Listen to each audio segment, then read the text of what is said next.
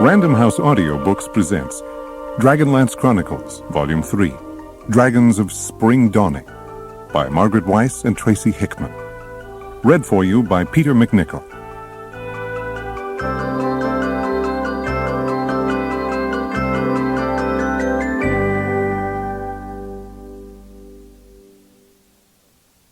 In Books 1 and 2, Tanis Half-Elven and his 8 companions began desperately fighting the invasion of Krynn by the Queen of Darkness and her dragon armies.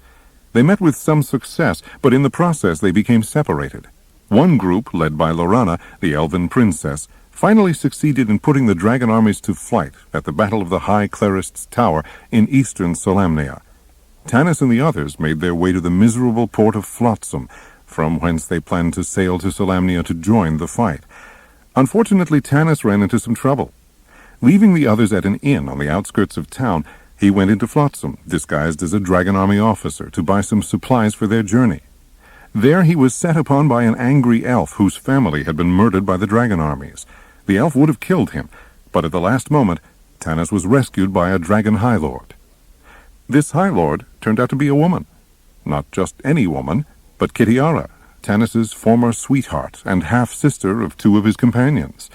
Because of Tanis's uniform, Kitiara mistakenly believed he had joined the Dark Queen's army.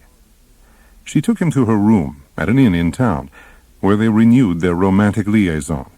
4 days later, Kitiara was called away to see to an emergency at the battlefront, and Tanis promptly sneaked away.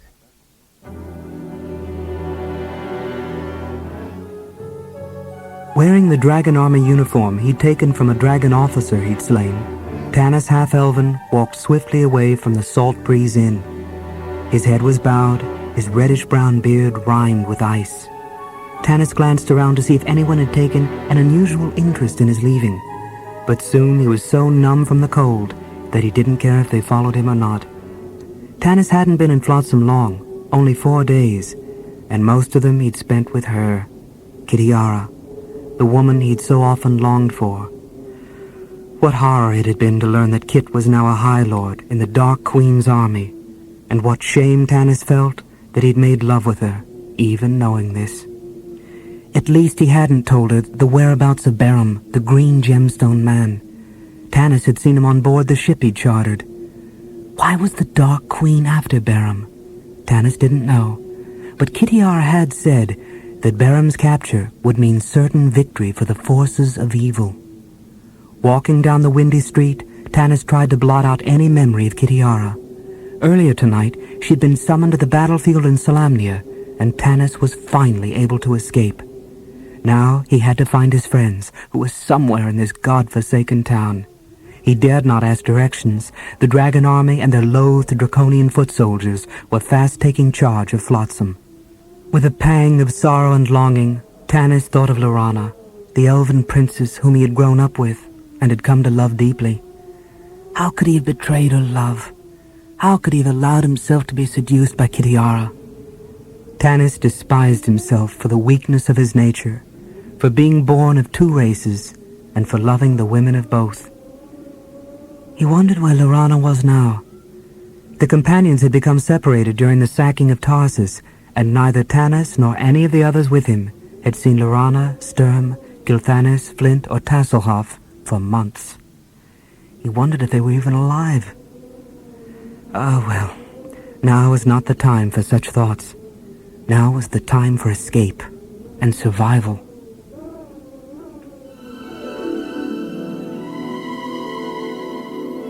Tanis turned a corner and sighed in relief when he saw the inn where his friends were staying. Pulling the door open, he was blown inside by the wind. There was no night clerk on duty, not at this shabby place. If he had turned and glanced out the window, he would have seen a shadowy figure huddled in a doorway across the street. But full of relief and dread, Tanis was already climbing up the stairs. "Caramon," Raistlin whispered, reaching over and touching his brother lightly with his thin hand. "I hear someone." Caramon instantly sat up. Reaching for his sword, he too heard someone coming. Caramon motioned, and Raistlin melted into the shadows, calling to mind a magic spell. The twin brothers worked well together, combining magic and steel to defeat their foes. Swinging the door open, Caramon grasped the man, threw him to the floor as Raistlin chanted, Instantly, Caramon grabbed hold of his brother before he could complete the spell. "Stop, Raist! It's Tanis!" Shuddering, Raistland came out of his trance and clutched his chest, coughing weakly from the expenditure of energy the spell demanded. Caramon lifted Tanis to his feet and embraced him. "Tanis, we were sick with worry. It's been 4 days since you left to get supplies. Here, warm up by the fire while I get the others." With that, Caramon was out the door. Tanis turned and saw Raistland's distinctive golden eyes with their strange hourglass pupils focused on him. "Where have you been, half-elf?" the mage asked in his soft, whispering voice. Tanis swallowed nervously. "I was captured by a dragon high lord. Luckily, because of the uniform, he thought I was in the dragon army. I was finally able to escape tonight." The mage's thin lips drew back in a smile. "I've never heard you lie before, Tanis. I find it fascinating." Before Tanis could reply, Caramon returned with Goldmoon, Riverwind, and Tika.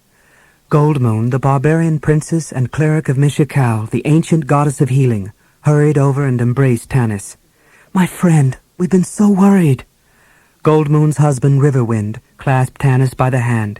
His usually stern face relaxed. "We feared you were captured, Tanis." "Yes, where were you?" asked Tika. The young barmaid had joined the companions when the war came to her hometown of Solace.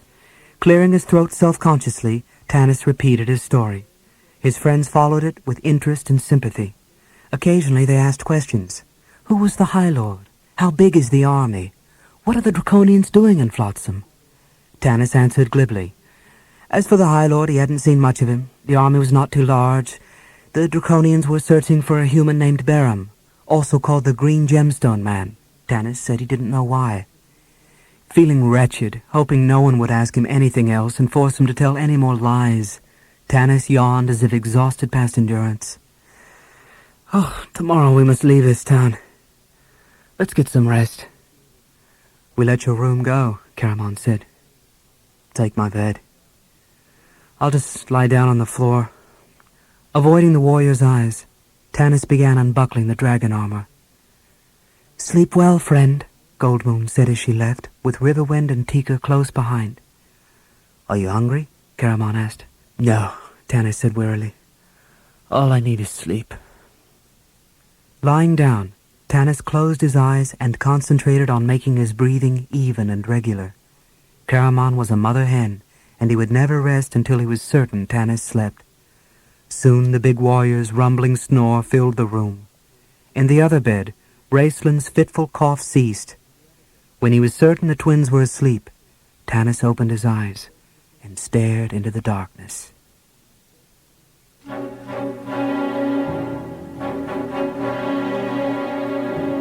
Kitiara arrived back at her headquarters, the Salt Breeze Inn, near morning.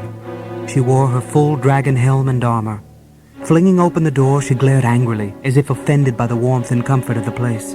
A draconian guard signaled to Kitiara that something was amiss. "Come upstairs," she snapped. "Yes, High Lord." The creature followed behind her. Upstairs, Kitiara threw open the door to her room. It was empty. She yanked off her dragon mask and stared at the rumpled bed. "Did you follow him as I ordered?" The draconian bowed. "Of course, High Lord.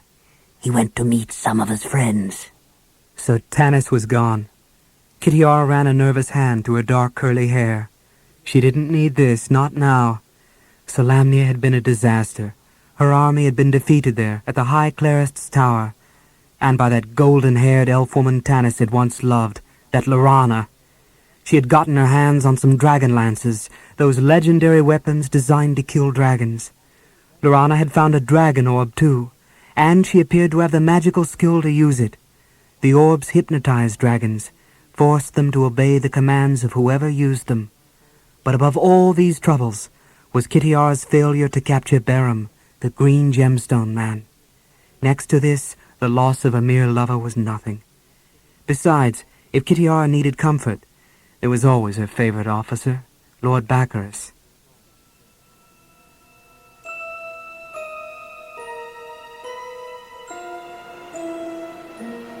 "No, we're not sailing today," Captain McQuesty Carthon said in her sternest voice.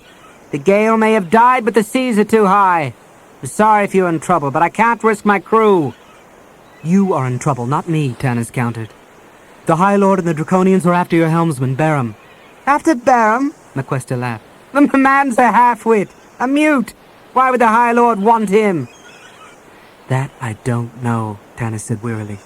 But they're under orders to find him at all costs. And once they find out he was here, and they will find out, believe me, they'll arrest you and everyone on this ship. McQuesta eyed Tanis warily. She suspected there were things Tanis wasn't telling her, but this story about Barum, as strange as it seemed, had the ring of truth. Barum, with his unwillingness to go on shore, his fear of strangers, his willingness to work on a pirate ship like hers while refusing any of the loot they captured. "All right, we'll go," she murmured. "I'd rather be out on the open sea than trapped like a rat on shore."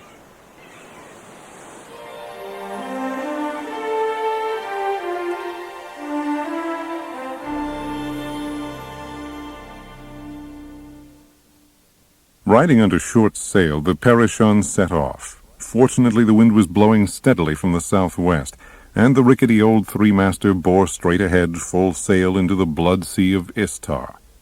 MacQuesta explained how the Blood Sea came to cover the ancient city of Istar and the rich countryside around it. During the Cataclysm, 300 years ago, a fiery mountain had struck Istar, and the city had disappeared under the waters of the surrounding ocean. It was rumored that at the center of the Blood Sea was a huge whirlpool, which sucked in everything that came too close. The red color of the water came from the soil around the ruined city, which the whirlpool continued to stir up. The ship kept to the outskirts of the whirlpool, which had a perpetual storm raging over it. But when Barum saw the dragons were following them, he became terrified and steered the ship right into the storm. The dragons kept coming closer. The companions could now see Kitiara in her High Lord's armor, riding the lead dragon. Raistlin and Karaman, Kitiara's half-brothers, were astounded to see that their sister had joined the enemy.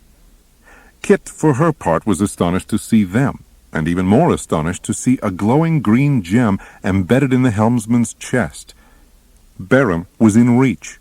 She realized she would have to kill her brothers to get him, but she was ready to do that if she had to. Fortunately for the companions, the storm grew so strong that the dragons had to turn back.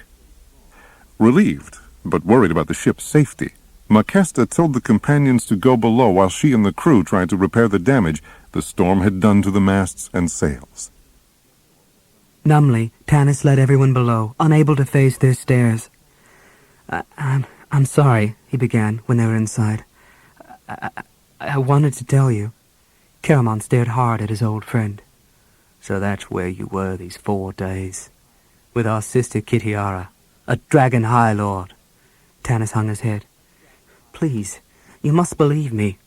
Oh, what a stupid thing to say, he thought savagely. I've done nothing but lie to them ever since I returned. All right, he began again. I know you don't have any reason to believe me, but at least listen. I was walking through Flotsam when an elf attacked me. He thought I was a dragon officer. Kitiara saved my life.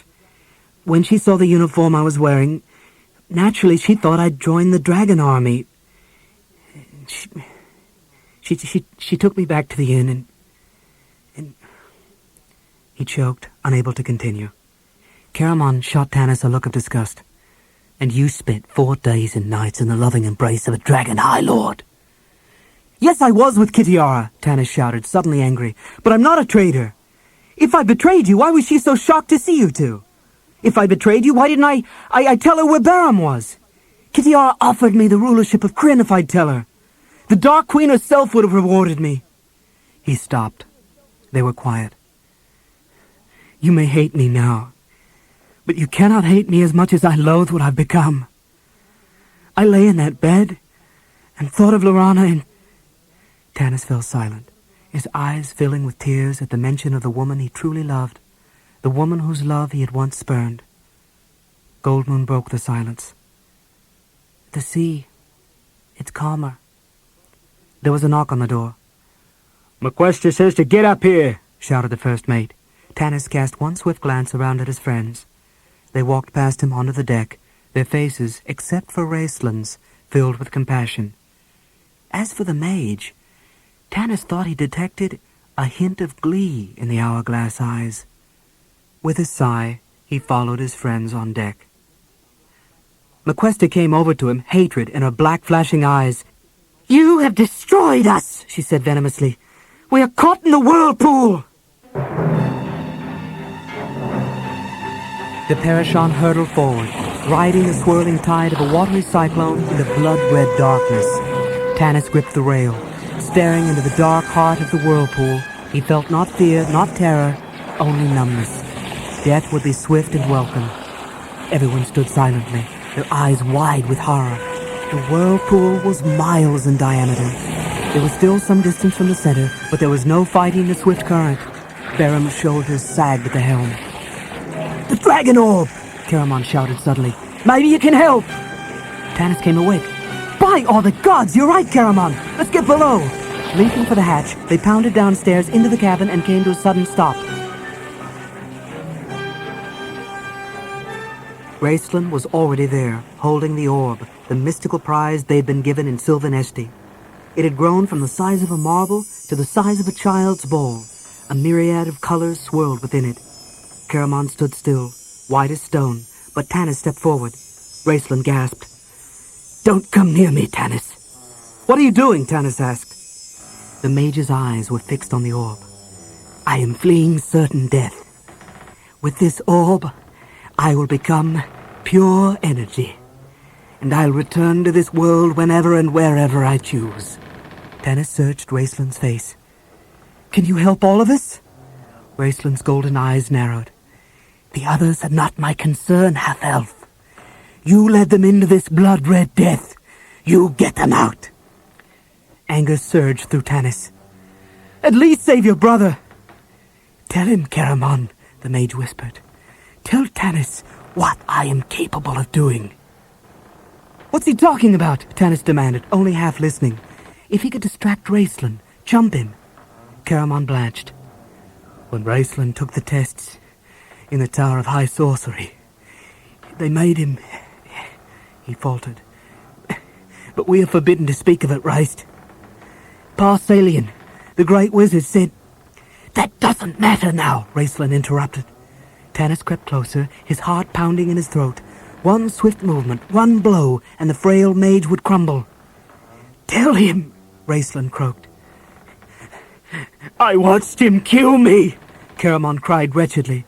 Suddenly there I was, standing right in front of myself. I can't explain how they did it, only that Raceland killed me, and they made me watch, so that I would understand him. Tanis stared at them both, sick with horror. What I have sought all my life is within my grasp, the mage hissed. I killed him once. I can do it again. Farewell, my brother. The mage put both hands upon the dragon orb and held it up to the light of the flaming candle. The colors flared brilliantly. Tanis tensed his body to make a last desperate attempt to stop Raceland, but he could not move. The glaring, whirling light grew so bright he had to close his eyes. He stumbled back against the doorframe. Caramon cried out in agony, and Tanis heard the big man fall to the floor. Then all was still. Tanis opened his eyes. Caramon lay there, motionless. Raceland was gone. Up on deck, Tika Wayland stood staring into the blood-red sea with tears in her pretty green eyes. If ever she needed Caramon, it was now, as she faced death. The dreadful dark eye of the maelstrom was getting closer and closer. What were they doing below deck for so long? Then she saw Tanis coming slowly up out of the hatchway, half dragging, half supporting Caramon. One look at the big warrior's face, and Tika's heart stopped beating. Raceland's gone, Tanis told them all. He lied to us. Remember how he said we had to go to Palantis to learn how to use the dragon orb? Well, he already knew how to use it. And now he's gone. To Palantis, perhaps. I don't suppose it matters. Goldmoon laid her gentle hands upon Caramon, murmuring his name and that of the goddess Mishikau. At her healing touch, Caramon began to sob violently. Tika knelt beside him, holding his hand. Riverwind laid a hand on Tanis's slumped shoulders. So it comes to this. The mage is gone, leaving his brother to die. Tanis struck the ship's rail. Damn the gods! I can't condemn Raceland. We're both slaves to an all-consuming passion. Riverwind gripped Tanis's shoulders tightly. No, Tanis. You left Kitiara. I left her, Tanis said bitterly. I sneaked out like a thief. I should have told her the truth. She would have killed me, but you all would have survived. Tanis, my brother, you made your choice to walk this road back in solace, at the inn of the last home, when you came to Gold Moon's aid that first night we met you. Since then, we brought knowledge of the ancient gods back into the world. We brought true healing and hope. Remember what we were once told. Never grieve for those who fulfill their purpose in life. Who knows how many lives we've touched? This hope may lead to a great victory. For us, it seems the battle has ended. So be it. But now that the truth is known, others will fight on. Pretty words, Tanis snapped. But tell me, can you look on death and not feel bitterness? You have everything to live for, Gold Moon, the children not yet born to you. A swift spasm of pain crossed Riverwind's face. Gold Moon and I weren't going to tell you, Tanis. She is with child. Our baby would have been born in autumn. But do not grieve, my friend. Now the child will see the Valen Woods as the gods meant them to be, in a land where trees live forever. Tanis, we helped bring back knowledge of the true gods. Now we must have faith in those gods. Tanis could not meet Riverwind's eyes. Looking into his own soul, Tanis saw it twist and writhe. Faith. He had made the decisions. He had thrown away everything he'd ever had of value. His elven homeland, Lorana's love. He had come close to throwing away friendship, too. Tanis stared into the blood-red sea with anticipation and longing. Let death come swiftly, he prayed. And if there are gods, if you are listening, I ask only one thing. Keep the knowledge of my shame from Lorana. As Tanis breathed the prayer he hoped would be his last, a dark shadow fell across him. He heard Riverwind cry out and Gold Moon scream, but their voices were lost in the roar of the water as the ship began to sink into the heart of the maelstrom. Dully, Tanis looked up to see the fiery red eyes of a blue dragon shining through the swirling clouds. Upon the dragon's back was Kitiara. The dragon was diving straight for Beram, who stood at the helm staring in dreamlike helplessness. Jolted to action, Tanis flung himself across the heaving deck. He hit Beram, knocking the man backward just as the wave broke over them. Then the ship righted itself. When he looked up, Beram was gone. Above him, he heard the dragon shriek in anger as it fought madly to control its flight in the whipping winds. This is life, Tanis found himself thinking, seeing the dragon's claws above him. This is life, to live, to be carried out of this horror. With a final heartbreaking shudder, the Parashon slipped over the edge into the swirling, roaring darkness. Timber cracked, masts fell, men were flung screaming into the water. All Tanis could see anymore was blood. Halfway across the Ansalon continent, Raceland materialized in Palanthas, the capital city of Solamnia. The voice within the dragon orb had led him here, telling him that the secrets of the ancient wizards were to be found in Palanthas, at the great library of the Order of the Aesthetics. Raceland, his life strength ebbing from the strain of his transmigration, sought and obtained access to the great library. He soon found the key he'd been searching for, the knowledge that would make him the master of past and present, the greatest force for magic the world of Krynn had seen in hundreds of years. Not far away, in another part of the city, Lorana, the elven princess, had just been made the leader of the surviving Knights of Solamnia. Her appointment defied tradition, but the knights went along with it. After all, it was she who had slain the dragons at the High Clerist's tower, she who had taught them to use the Dragonlances, she who had been the close friend of their dead leader, Sturm Brightblade. But it was a heavy responsibility for Lorana to bear. Fortunately, her two friends were there to support her. Flint Fireforge, the elder white-bearded hill dwarf, loyal and true despite his grumbling, and Tasselhoff Burfoot, the happy-go-lucky Kender, with his ridiculous top-knot of hair and his unstoppable habit of getting into trouble. If only Lorana knew where her brother Gilthanas was. The Elf Lord had gone off on a secret mission with Silvara, the wilder elf who had helped them all escape from Urgoth. Silvara had turned out to be a silver dragon, disguised in an elven body. She and Gilthanas had fallen deeply in love. The pair had now been gone for a month with no word, and Tanis and the others had been gone all winter. Lorana wondered if she would ever see any of them again. Flint and Tazelhoff watched Lorana come toward them on the battlement where they were standing. She walked slowly, her eyes on the eastern horizon, where the mountains were dark shadows against the starry sky. The moonlight touched her face as well. "She's not over Sturm's death. It's only been a week," Tass said, his impish Kender face unusually serious and thoughtful. Flint sighed. "Oh, it's not just that. Her mind's on Tanis, too." Tass leaped up cheerfully as the elven princess approached. "What's the news, Lorana?" Lorana smiled at her friends, but, as Flint had said, it was no longer the innocent, gay smile of the elf maid who had walked beneath the aspen trees of Qualinesti. "They've made me commander of the armies," she said flatly, "for all the good it will do us. I command a handful of knights stuck in a ruined bastion miles away in the Vingard Mountains, and 1,000 men who stand upon the walls of this city. We should be out on the plains, but we dare not go there. Our dragon lances are no good against dragons in flight. If we still had the dragon orb, but it was shattered in the last battle. I guess we'll just stay here and wait to die. And it won't be long either. We've received reports that dragons were seen, flying westward over the city of Kalaman, heading in this direction." Tass stared eastward. "I see dragons," he said. 10 of them, in 2 flights. Soon, the troops on the battlements could make them out too. They called down to the streets, and people began screaming and running in all directions. Grim memories of the destruction of Tarsus came back to Tass. People trampled to death in the streets, houses exploding in flame. Then he looked eastward again and gasped. He couldn't believe his eyes.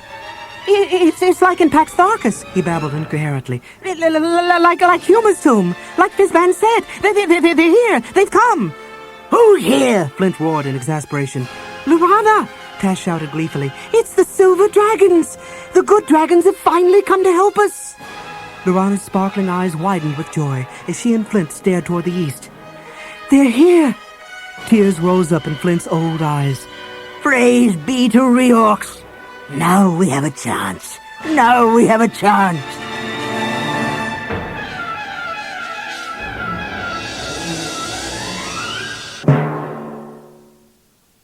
The good dragons had indeed arrived. This was the mission Gilthanas and Silvara had gone on. Evil dragons had stolen the eggs of the good dragons and hidden them away. They warned the good dragons that if they entered the war against the Queen of Darkness, their eggs would be destroyed. Gilthanas and Silvara had journeyed to Sanction, where the eggs were being kept. There they discovered a terrible secret. The evil dragons had broken their promise to keep the eggs safe. Instead, they were using evil magic to make the eggs hatch into draconians. This solved the mystery of the lizard men's origins. It also meant there was nothing to keep the good dragons from entering the war. Gilthanas and Silvara had rounded up 10 of them and brought them to Palanthus. Soon, dozens of others would follow. Lorana sat up late that night, writing her orders for the morrow. If she could retake Kalaman and its harbor, she would cut supply lines the dragon army depended on. So intent was Lorana on her plans that at first she didn't see Gilthanas enter her room. For a moment he stood across from her in silence, then he sat down. "Oh, Gilthanas, forgive me. I was so involved." "Lorana, in Sanction we overheard Lord Ariakas talking to one of his high lords. It was a woman, Lorana, a human woman by the name of Kitiara."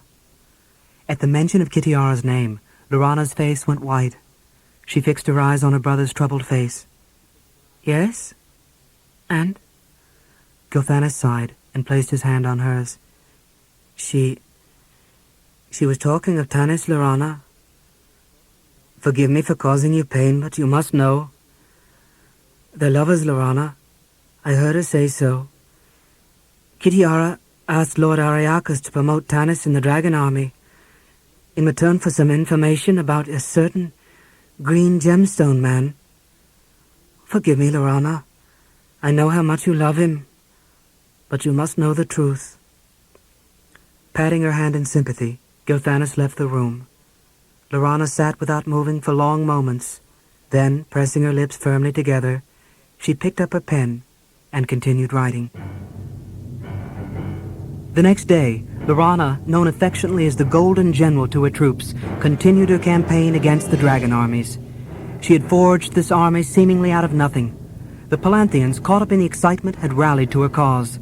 She had won the respect of the Knights of Solamnia with her bold ideas and firm, decisive actions. Now Laurana's ground forces surged out of Palanthas, flowing across the plain, pressing the disorganized armies of the Dragon High Lord, Kitiara, into panic-stricken flight. A first victory was soon followed by another. With the dragon armies in retreat, some of her men soon began to consider the war as good as won. But Laurana knew better. They had yet to fight the dragons of the High Lord. Where these were and why they had not fought before was something Laurana and her officers couldn't figure out. Then, on the very next day, the answer became horribly clear. The evil blue and red dragons had waited until the Palanthian army was spread out and vulnerable on the plains near the port town of Kalaman. And now they were ready to attack in full force. The blues and reds, however, did not know of the presence of good dragons on the other side. Dragons of gold, silver, bronze, and brass. Laurana hoped they would be taken by surprise when the good dragons attacked. As the fateful day dawned, Laurana rode to battle on the back of a great silver dragon. The Knights of Solamnia rode behind her in several flights. Bringing up the rear were Tasselhoff and Flint on the back of a young bronze named Fireflash. During the battle, Flint suddenly went gray and rigid, his lips blue. Tass thought it must be because the dwarf was not used to flying. They nevertheless managed to take prisoner the dragon officer Baccharis, whose right arm Laurana had crippled with a well-aimed arrow. At the end of the battle, the evil dragons had been routed. Laurana and her army were victorious. Upon landing, Flint explained that the great lance mounted on the saddle had struck him on the shoulder, and that was why he'd frozen during the battle. But that night, it occurred to Tass that Flint had been holding the left side of his chest. The lance had been on the right.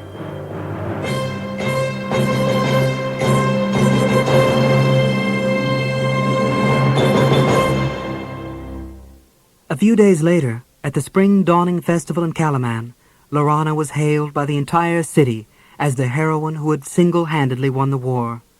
Laurana knew that it wasn't true. Without her friends who had risked their lives countless times, her victory would have been impossible. But she also knew that people needed a hero to believe in, so she let them acclaim her. That night, after the long ceremonies honoring her, Laurana shut and locked the door and leaned thankfully against it, reveling in the peace and quiet and welcome solitude of her room after the long day of revelry. She walked wearily over to her bed and threw herself down on it, falling into slumber. Then came a knock on the door. "Laurana," Tass called. "Open the door, it's important." Laurana stumbled out of bed and flung the door open. Tass was holding a rolled scroll of parchment. Flint stood behind him. "A Draconian told me to give this to you. A Draconian, right here in Kalaman," the Kender said indignantly. Unrolling the scroll, Laurana walked to the window where the moonlight was bright enough to read by. "Tanis Half-Elven," she read aloud, "received a grievous wound in the Battle of Vingard. I ordered that he be brought to my headquarters at Dargard Keep, where I could care for him. Tanis asks that he be allowed to be with you when he dies, that he may explain matters to you, and so rest with an easy spirit. Here is my offer. If you bring Baccharis to the grove of trees outside the city walls, by noon tomorrow, I will exchange him for Tanis. The bearer of this note waits by the city gate. Meet him tomorrow at sunrise. If he deems all is well, he will escort you to the half-elf. If not, you will never see Tanis alive. I do this only because we are two women who understand each other. Signed, Kitiara." Laurana whirled around. Her stricken eyes went to Flint, then to Tass. "You don't believe this message is real, do you?" "Of course not," Flint said. "No," scoffed Tass. "It's a draconian trick. Besides, Kitiara's a High Lord now. What would Tanis be doing with her?" "Tanis loves her," Laurana said simply. "I'm going. I'll exchange Baccharis. We can make it look as if Baccharis escaped." "Don't do it, Laurana," Tass begged. "You shot him. He hates you, Laurana." "Thank you for bringing this message. If you have any regard for Tanis, please return to your rooms and say nothing to anyone." Tasselhoff cast an alarmed glance at Flint. "We're going with you, Laurana," the Kender said. "Both of us," the dwarf agreed. "And don't try to argue. If you've made your decision, that's that.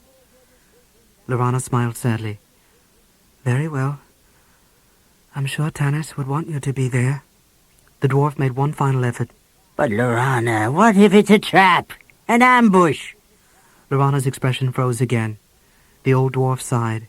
It was no use to argue with an elf, once she had made her mind up. Lord Ariakis's mailed fist fell upon the wooden door of Dargard Keep with a thunderous blow that sent splinters flying. Draconians scrambled to open it, then shrank back abjectly as the commander-in-chief of the dragon armies stalked inside. 2 giant curved staircases rose from either side of the entryway, leading up to a balcony on the 2nd level. As Ariakis looked around, he saw Garabanis, the acting commander in Baccharis's absence, emerge from a doorway near the top of the stairs, hastily buttoning his trousers. Apparently, he was filling in for Baccharis in more ways than one. So that's where she is, Lord Ariakis thought, climbing the stairs, his eyes fixed on the doorway above him. Garabanis tried to delay him, saying that Kitiara was still dressing. With a blow of his hand, Ariakis cracked the officer's ribs and sent him flying into a stone wall, where his limp body crumpled to the floor. Reaching the door of Kitiara's bedchamber, Ariakis found it locked. Coldly, he spoke one word in the language of magic, and the heavy wooden door blew apart. Ariakis strode into Kitiara's chamber, his hand on his sword. Kitiara was in bed. She faced Ariakis coolly and calmly. Ariakis reached out and grabbed hold of Kitiara's short, curly hair. Dragging her from the bed, he hurled her to the stone floor. Stay on your knees, Kitiara. Slowly he removed his long, shining sword from its scabbard. I am your executioner, Kitiara. Thus do my commanders pay for their failure. Kitiara remained kneeling, but she looked up at him. Seeing the flame of hatred in her brown eyes, Ariakis was compelled to admire her. Even facing death, there was no fear in her eyes, only defiance. He raised his blade. But the blow did not fall. Instead, bone-cold fingers wrapped around his wrist with a supernatural strength. Ariakis released his hold on Kitiara and whirled around. Before him stood a transparent figure, clad in armor so old it predated the cataclysm. A death knight. Ariakis breathed. Turning to Kitiara, he asked, This creature serves you? Kitiara shrugged. Let us say we serve each other. He comes and goes as he chooses. It's his castle, after all. Ariakis's mind ran back over the ancient legends.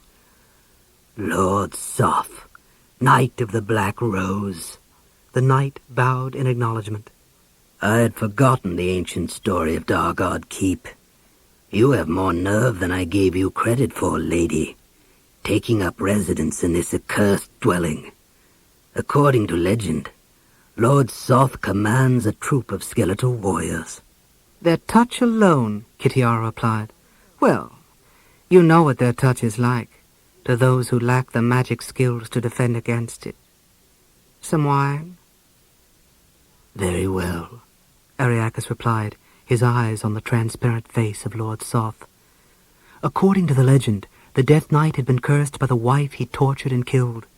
He perished in the cataclysm, only to be reborn in this hideous form and walk the castle forever, tormented by the wailing of dark elven women, the women for whom he had betrayed and killed his wife.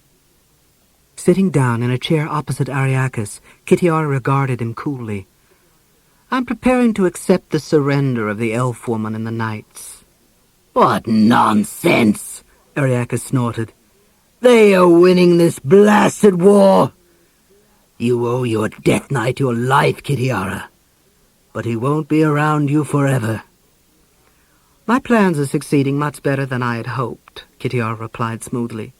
If I fooled you, my lord, I have no doubt that I have fooled the enemy. Ariakis's voice reeked with lethal calm. So you are not losing on all fronts? You are not being driven from Solamnia? The Dragonlances and good dragons have not brought your defeat? They have not, Kitiara snapped, her brown eyes flashing. As for the good dragons, my lord, My spies tell me their return was due to an elf lord and a silver dragon breaking into the temple at Sanction, where they discovered what was happening to the good dragon eggs. Whose fault was that? Guarding that temple was your responsibility. Ariaka stood and hurled the wineglass across the room. By the gods, you go too far! Coolly, Kitiara rose to her feet. Let me explain my plans. My troops have run before them like rabbits, but the knights haven't noticed that we always drifted southward. Even as we speak, my armies are gathering in a sheltered valley south of these mountains. Within a week, an army of several thousand will be ready to march on Calaman. From there I regain all the land we appear to have lost. Give me command of that fool Toda's armies to the south. Send the flying citadels I've asked for, and Solamnia will think it's been hit by another cataclysm. Ariaka shook his head. But the elf woman... Kitiara's lips curled into a smile. Within hours, the elf woman will be my prisoner. Ariaka shook his head. What about half-elven? She is the one who counts, Kitiara shrugged. And she is a woman in love. Ariaka sensed that Kitiara was not as sure of herself and her plan as she sounded. For one thing, where was Tanis half-elven? He thought of pressing her on that point, but decided it would be more useful to hold in his possession the knowledge that she had lied. What will you do with the elf woman? He asked her. Kitiara smiled, knowing of Ariakas's passion for delicate blonde women. Perhaps you could have her, when her dark highness is finished. Bah! She'll be of no use to me then.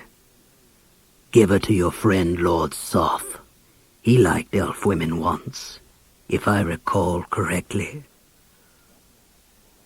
That night, Lorana, Tass, and Flint left Calaman, with Baccarus in tow.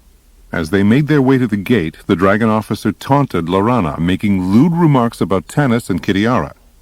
Outside the city walls, they were met by a draconian named Gakan, who led them into the woods where two small flying reptiles called wyvern stood waiting.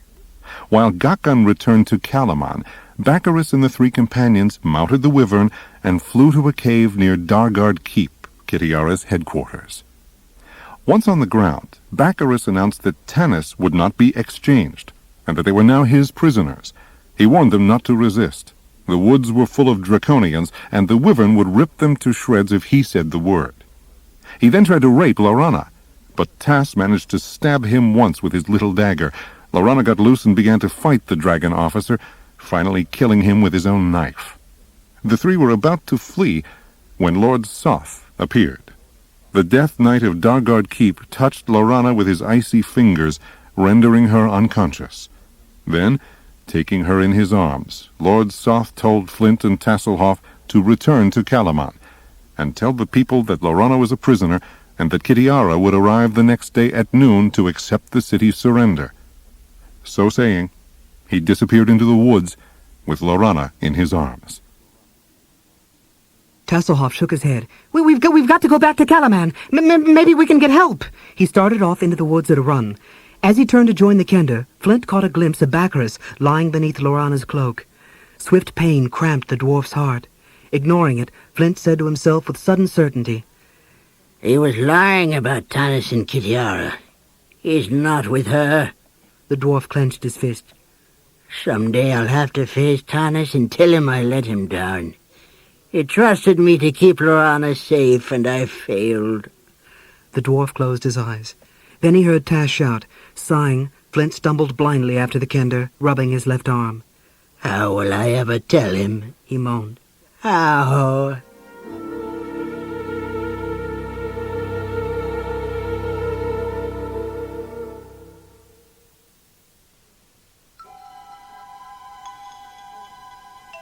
All right, said Tanis, glaring at the man who sat so calmly in front of him. I want answers. You deliberately took us up into the maelstrom. Why? Did you know this place was here? Where are we? Where are the others? Barum flinched at Tanis's angry stare. He glanced nervously at their strange surroundings. Damn it, answer me, Tanis raved. Flinging himself at Barum, he gripped the man's shirt and yanked him up from his chair. Tanis! Goldmoon rose and laid a restraining hand on Tanis's arm. Riverwind, make him stop! The big plainsman grasped Tanis by the wrists and wrenched him away from Beram. Leave him alone, Tanis. Tanis went limp, drawing a shuddering breath. He's a mute, Riverwind said. Even if he wanted to tell you, he couldn't. He can't talk. Yes, I can. The three stopped, startled, staring at Beram. Then why pretend you can't? Tanis asked, breathing heavily. Beram rubbed his neck. People don't ask questions of a man who can't talk. You must help me. Get out of here. I can't stay here. Tanis felt chilled, despite the warm stuffiness of the room. Are you in danger? Are we in danger? What is this place? Beram looked around helplessly. I don't know where we are. I only know I cannot stay here. Why? The Dragon High Lords are hunting for you, Tanis said. Beram, what do you have that they want? I don't know, Beram cried, clenching his fist. I only know that they have been chasing me. I've been fleeing them for years. I am 322 years old. 23, 24, he shrugged. For most of those years, the Queen has been seeking me. Goldmoon stared in astonishment. But you're human. That's not possible. Yes, I am human, Beram said, his blue eyes focusing on Goldmoon. I know it is impossible. I have died. Many times. He looked at Tanis. You saw me die. In Pax Tharkas. You did die, when the rocks fell on you, Tanis exclaimed. But we saw you alive at the wedding feast, Sturm and I. Yes, I saw you too. That's why I fled. I knew there would be more questions. Beram shook his head. All I know is that I die and then I'm alive again. That is why they call me the Everman. And yet, all I want is peace. Tanis was completely mystified. Beram, how did the green gemstone get embedded in your flesh? I don't know. Self-consciously, Beram's hand clutched his breast as if it pained him. It's part of my body, like my bones and my blood. I think it is what brings me back to life. Goldmoon sank down next to Beram. Can you remove it? Beram shook his head violently, his grey hair falling over his eyes. I've tried. Many times I've tried to rip it out. I might as well try to tear out my own heart. Tanis shivered, then sighed in exasperation. Once more he looked around at their strange surroundings. They were in a room, in an obviously ancient building, lit with a soft, eerie light that seemed to come from the moss that covered the walls like tapestry. The furniture looked as old as the building, and in the same battered, shabby condition, though it must have been a splendid chamber once. There were no windows. Nothing could be heard outside. They had no idea how long they'd been here. Tanis and Riverwind had explored the building, but could find no exit and no other signs of life. Tanis wondered, in fact, if some magical spell had not been laid over the whole thing, a spell designed to keep them inside. Every time they ventured forth, the narrow, dimly lit halls always led them inexplicably back to this room. They remembered little about what happened after their ship sank into the maelstrom. Tanis remembered thinking that death would be easy and welcome, even as he fought to grab hold of a piece of wood. He remembered surfacing in the rushing water, only to be sucked down again and knowing it was the end. And then he had awakened in this strange place, his clothes wet with seawater. Riverwind, Goldmoon, and Beram were with him. What had become of Caramon and Tika and of the crew of the Parashon, he knew not. Tanis got up and paced about the room. Beram, if you're running from the Queen of Darkness, this seems like it might be an ideal place to hide. No, Beram shouted, half rising. There's some place I must go. I'm hunting for something. Until I find it, there'll be no rest. Find what? Tanis shouted. He knew he was raving, but it was so frustrating. To hold the very thing the Queen of Darkness would give the world to acquire, and not know why. I can't tell you, Beram whimpered. Tanis sucked in his breath, closing his eyes, trying to calm himself. All right, Beram, it's all right. I'm sorry. We won't talk about it anymore. Tell me, where are you from? Beram hesitated a moment, his eyes narrowed, and he grew tense. A small village outside of Naraka. The plainsman shook his head. I've never heard of it. Nor I, Tanis muttered. Barum, why... Tanis! Goldmoon cried. Cursing himself for not setting Riverwind to guard the door, Tanis could do nothing but stare at the red-robed old man with the kindly face who now stood framed in its opening. Hello, the man said pleasantly. Where are we? Tanis demanded. Why were we brought here? Clear quick, the man said in disgust. Turning, he walked away. Damn! Tanis jumped forward, intent on grabbing the man and dragging him back, but he felt a firm hand on his shoulder. Wait, Riverwind counseled. Calm down, Tanis. He's a magic user. You couldn't fight him even if you had a sword. We'll follow him, see where he goes. Hurrying out into the corridor, they started down the bleak, deserted hallway. Riverwind pointed. There he goes. In the dim light, they could just see a bit of red robe whisking around a corner. This hallway was never here before, Riverwind exclaimed. There was always solid wall. Solid illusion, Tanis muttered. They made their way through broken corridors and vast pillared halls. There wasn't time to investigate their surroundings. The red-robed man was proving remarkably quick and elusive. At one juncture, having lost sight of him, they stood for a moment, glancing down two divergent hallways, feeling lost and frustrated. "Split up," Tanis said after a moment. "But don't go far. We'll meet back here. If you see any sign of him, Riverwind, whistle once. I'll do the same." Nodding, the plainsman and Goldmoon slipped down one hallway, while Tanis, with Barum on his heels, searched the other. The hallway Tanis followed led to a large room, empty except for a huge round table, and on the table was a remarkable map. The map was a miniature replica of a city, protected by a dome of clear crystal. In the exact center of the city itself rose a building that seemed familiar to the half-elf, though he knew he had never been in the city in his life. It seemed to be a temple of the gods. Even as he studied it, the hair prickled on the back of Tanis's neck. Confused memories of his elven teachers came back to him, telling him stories of the cataclysm, stories of the king-priest. Tanis drew back from the miniature, his breath catching in his throat. Barum stared at him in alarm, then he shrieked, "The City of Damnation!" Tanis started forward to calm him. Then he heard Riverwind's shrill whistle. Grabbing Barum, Tanis hauled him away from the crystal. "Come on," he said. "We've got to get out of here." "But how? How did you get out of a city that must lie at the very bottom of the Blood Sea? How did you get out of—" As he shoved Barum through the door of the map room, Tanis glanced above the doorway. Words were carved in its crumbling marble, words whose letters were now cracked and covered with moss. But he could read them. "Welcome to the city beloved of the gods. Welcome, honored guest, to Istar."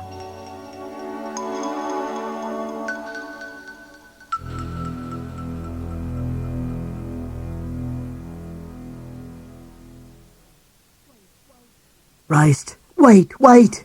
Caramon tossed and moaned, imprisoned by his nightmare. At last he was quiet.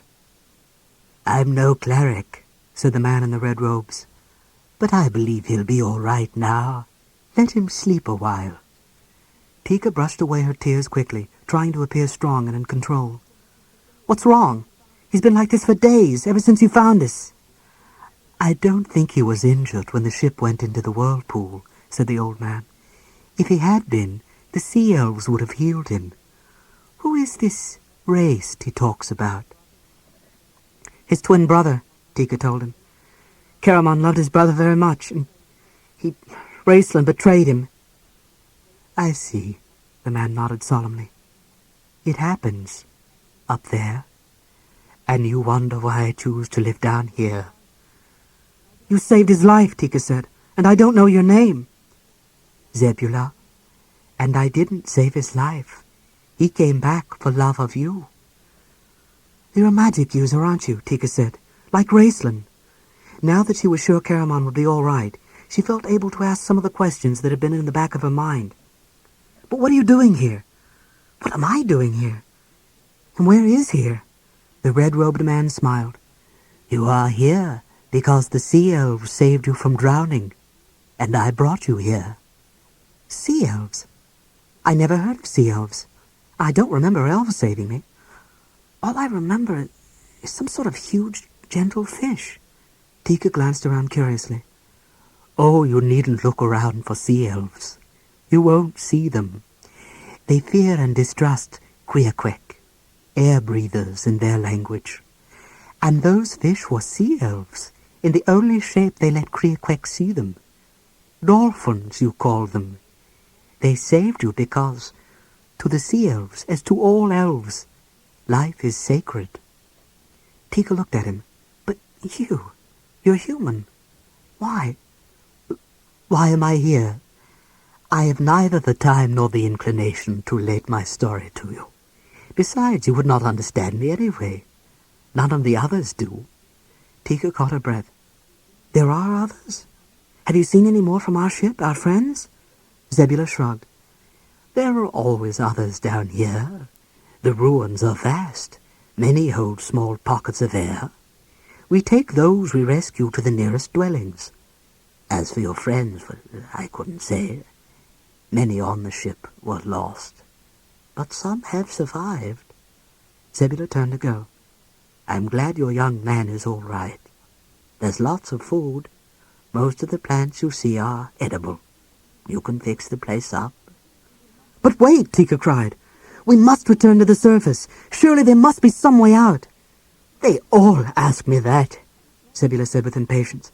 And frankly, I agree there must be some way out. Look for it if you like. But in the end, most people decide that they don't want to leave. But there's a war up there, Tika cried. People are suffering. Don't you care about that? People are always suffering up there. Nothing I can do about it. Where does caring get you? Where did it get him?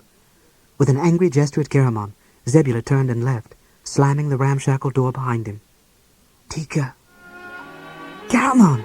Forgetting Zebula, Tika ran to the warrior, who was struggling to get up. Where in the name of the abyss are we? He asked, looking around with wide eyes. What happened? The ship. Resting her head on his chest, she told him about Zebula and the sea elves.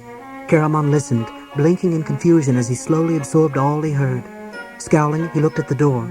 I wish I'd been conscious. That Zebula character knows the way out, more than likely. I'd have made him show us. Do you know, Caramon?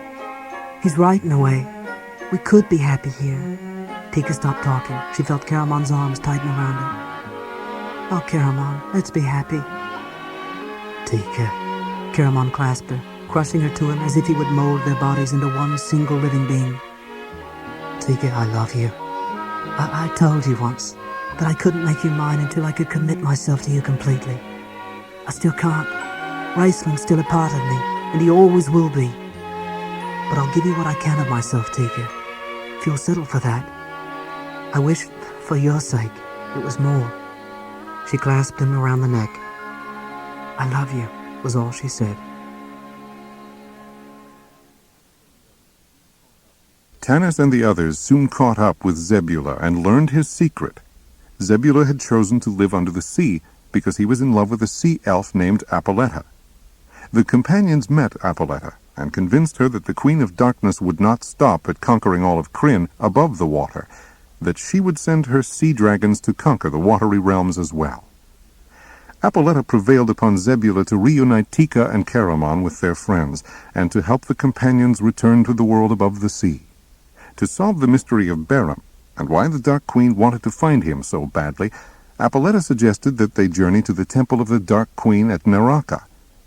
The mention of this name made them all jump, and it threw Beram into a positive frenzy. But he denied knowing anything about a temple to the Dark Queen. Apolletta told them that the temple had appeared right after the cataclysm. How it had appeared was a mystery. Zebula put Tanis and the others under a magic spell to prepare them for their journey, and to make them forget everything that had happened to them under the sea. Then Apolletta guided them back to the surface, leaving them on a beach near Calamon, which was as far west as she dared venture. Beyond Calamon lay the realm of the sea dragons.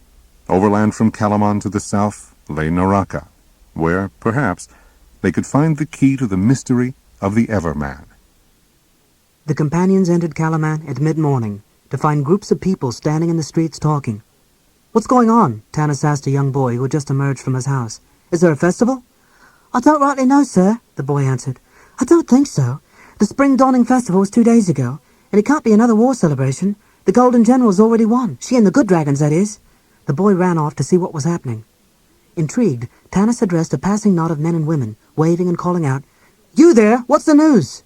A middle-aged man answered, Alas, The Golden General's been captured. Clapping his hand to his forehead, the distraught man wandered away.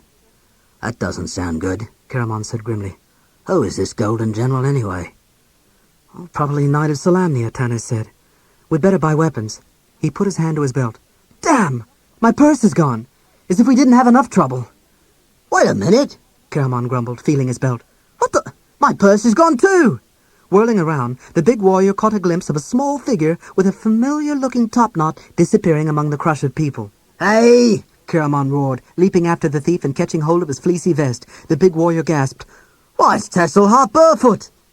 Caramon! Tasselhoff cried.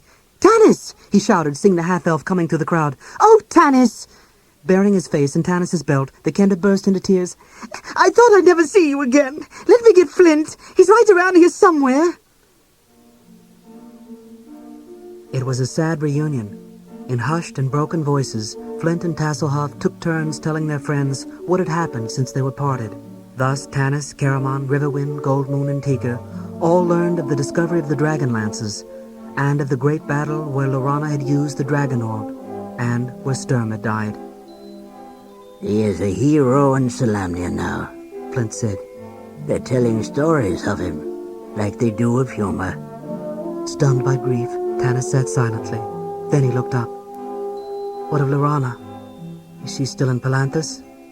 Slowly, Flint related the story of Kitiara's message. I'm sorry, Tanis. I let you down, Flint said with a sob. Clasping his old friend in his arms, Tanis held him tightly. What time is Kitiara to come? He asked.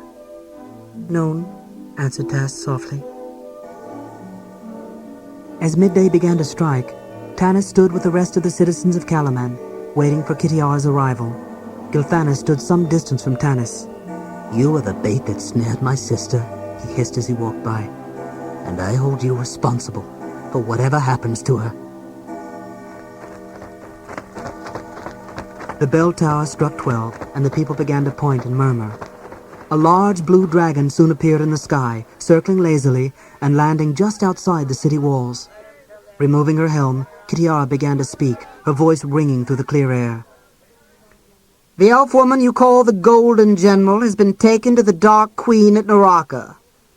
There she'll remain until the following conditions are met.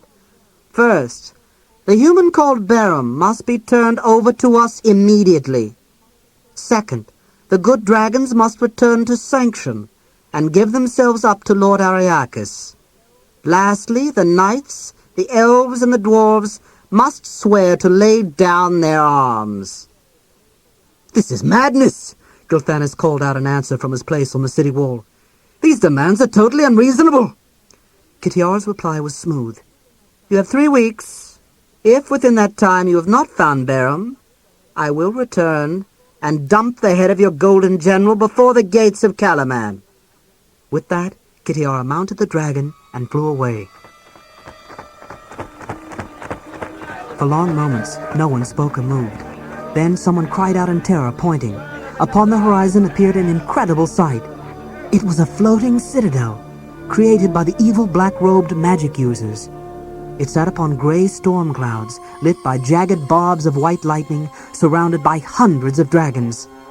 The citadel loomed over Calaman, its shadow blocking out the sun. 3 weeks, eh? Tanis murmured. For the first time since Flotsam, his face was free of its self-condemning madness, and there was peace in his eyes. Well, I'm going to Naraka, to the Dark Queen. His eyes went to Barum. And you're coming with me.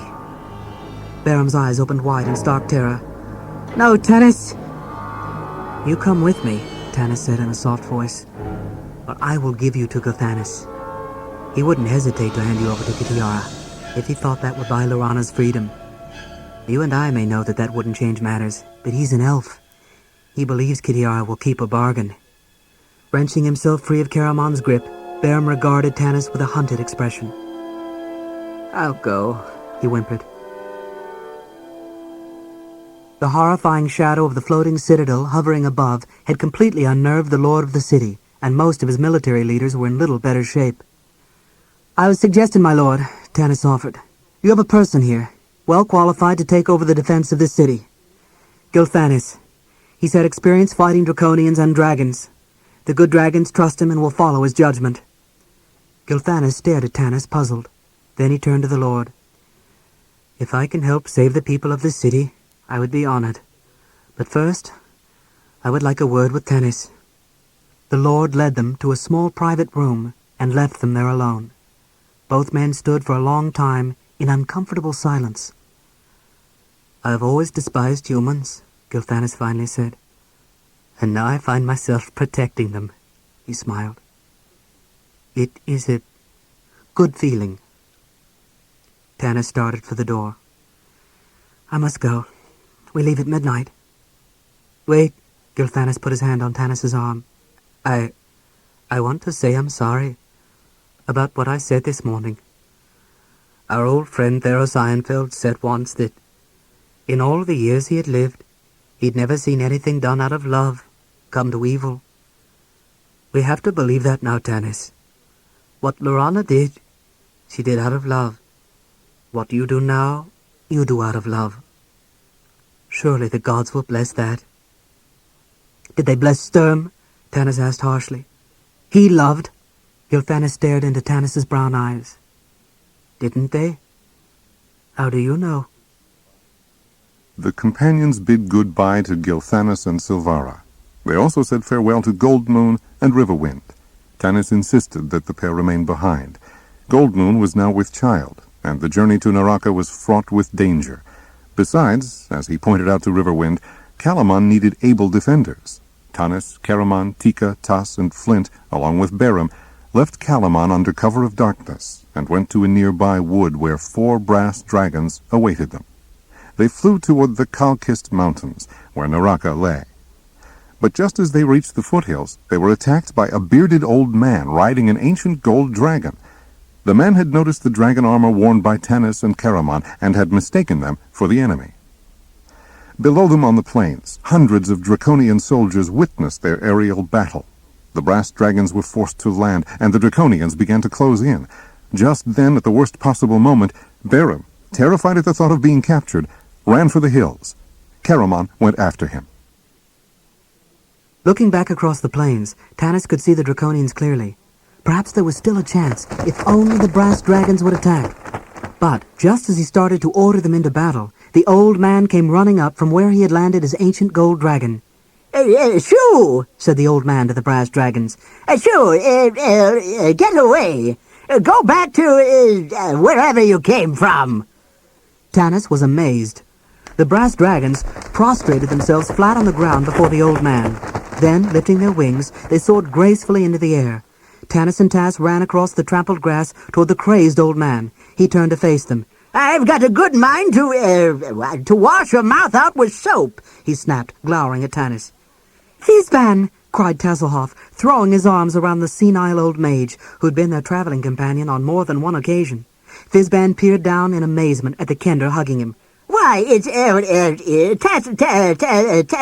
Tasselhoff Burfoot, Tas said, backing off and bowing politely. Great human's ghost, Fizban exclaimed. And here's Tanis Half-Elven, Tas cried, pointing. And you remember Flint Fireforge, and Tika, and there's... Oh, that's Caramon up there. Well, you can't see him now. Then there's Beram. We picked him up in Flotsam. And, oh, Fizban, he's got a green gemmed... Ow! Tanis, why did you pinch me? Clearing his throat, Fizban cast a bleak look around. You're not with the dragon armies? No, said Tanis grimly. We're not. Or at least we weren't. He gestured behind them. That's likely to change any moment now, though. Fizban beamed. Tanis Half-Elven. Oh, so pleased to see you again, sir. Grabbing Tanis's hand, he shook it heartily. But you were riding dragons. Those were good dragons, Tanis shouted. Do you know what you've done? You've blown us out of the skies. Sent back our only means to get to Naraka. Oh, I know what I've done, Fizban mumbled. He glanced back over his shoulder. Those fellows seem to be gaining. Well, what are we doing standing around? Some leader you are. I suppose I'll have to take charge, huh? Tanis put up a hand. Look, Fizban, why don't you and your dragon friend go back? This is a long and dangerous journey. The old man ignored Tanis. I've got to go with these folks, he said to the golden dragon. You can't go back on your own. You'll have to polymorph, or whatever you call it. There was a bright flash, and then, suddenly, the dragon vanished. Fizban leaned over to pick up something out of the grass. Here, Fizban said to Taz.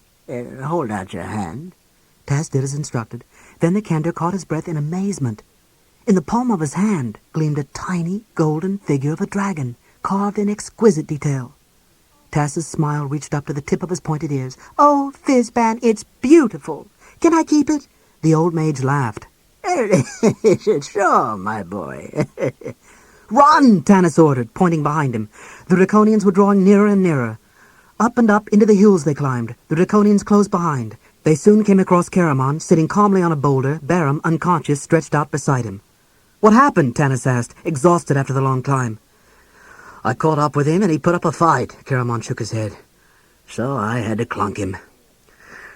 The Draconians are closing in. Flint reported as he stumbled into view, mopping his sweaty face. Tanis looked at the unconscious Barum. "Just great." "I'll handle this," Tika said, reaching into a leather pouch. She pulled out a small vial of smelling salts and waved it under Barum's nose. He drew a breath and immediately began to cough. Tika slapped him on the cheeks. "On your feet, unless you want the Draconians to catch you." Barum's eyes flew open in alarm. He sat up dizzily and Caramon helped him stand. "You too, Fizban, on your feet," Tanis commanded the mage, who just sat down. "Oh, but I've got a spell," Fizban protested as Taz tugged him up. "It'll take care of those pests instantly. Poof!"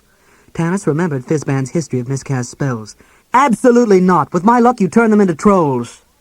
Oh, I wonder if I could. Fizban's face brightened.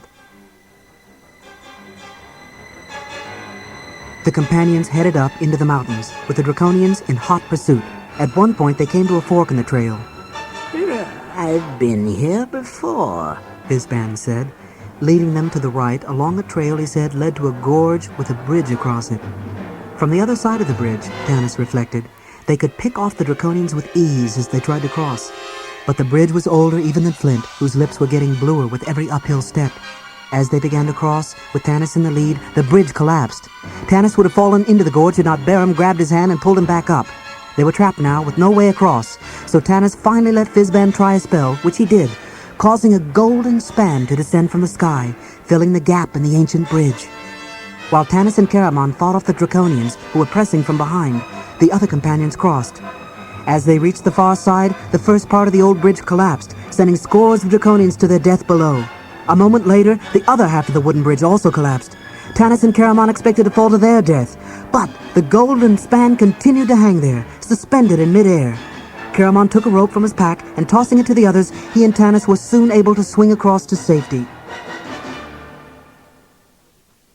It was dark by the time the companions finally got to rest.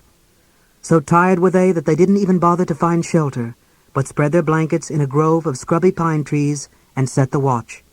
Those not on duty fell instantly asleep. The next morning, Tanis woke stiff and aching. The first thing he saw was the sun shining brightly off the sides of the golden span, still suspended solidly in midair. "I don't suppose you can get rid of that thing?" he asked Fizban. Afraid not, the old man said, eyeing the span wistfully. "Well, we couldn't leave a clearer trail," Tanis sighed. "They'll be after us too, you can bet," Caramon said, munching half-heartedly on quithpaw, the dried fruit ration he hated so much. He took a bite and stuck most of the food back in his pouch. Guess I'll scout ahead a ways." He started off down the trail. Tika began packing away her things, avoiding Tanis's gaze. "Is Caramon still upset about Raceland?" Tanis asked. Tika's hands dropped into her lap. "Will he always be so gloomy, Tanis?" she asked helplessly. "I don't understand." "I understand," said Barum. His soft voice quivered with a passion that caught Tanis's attention. "What do you mean?" Barum's face went blank. "Oh, nothing." "Wait!" Tanis rose quickly. "Why do you understand Caramon?" He put his hand on Barum's arm. "Leave me alone!" Barum shouted fiercely. He quickly shuffled away to where Tasselhoff was sitting cross-legged on the ground, looking at his maps. Flint leaned toward Tanis. Tanis, did you ever wonder how Barum managed to live through that avalanche at Pax Tharkas? "I wonder about a lot of things," Tanis said quietly. "Like, how are you feeling?" The dwarf blinked, completely taken aback by the unexpected question. "Fine," he snapped, his face flushing. "It's just, You've been rubbing your left arm, Tanis said. Rheumatism, the dwarf growled. He got up and busied himself with packing. Right. Tanis turned away with a sigh. Found anything, Tas? The Kender pointed to his map. I think so. We're here, and there's God's home. Tas moved a small finger over into the mountains. Fizban's been telling me all about it. The old mage now chimed in. Yeah, long ago, people believed the gods lived there. Yes, very holy place. I've heard of it, Tanis said. But I thought it was abandoned during the cataclysm. It's probably crawling with draconians now. No, Tanis, it's hidden, Tas said. In a bowl in the center of these mountains. See? No one ever goes there. No one knows about the trail except Fizban. No one ever goes there? Tanis asked Fizban. The old mage's eyes narrowed in irritation. No.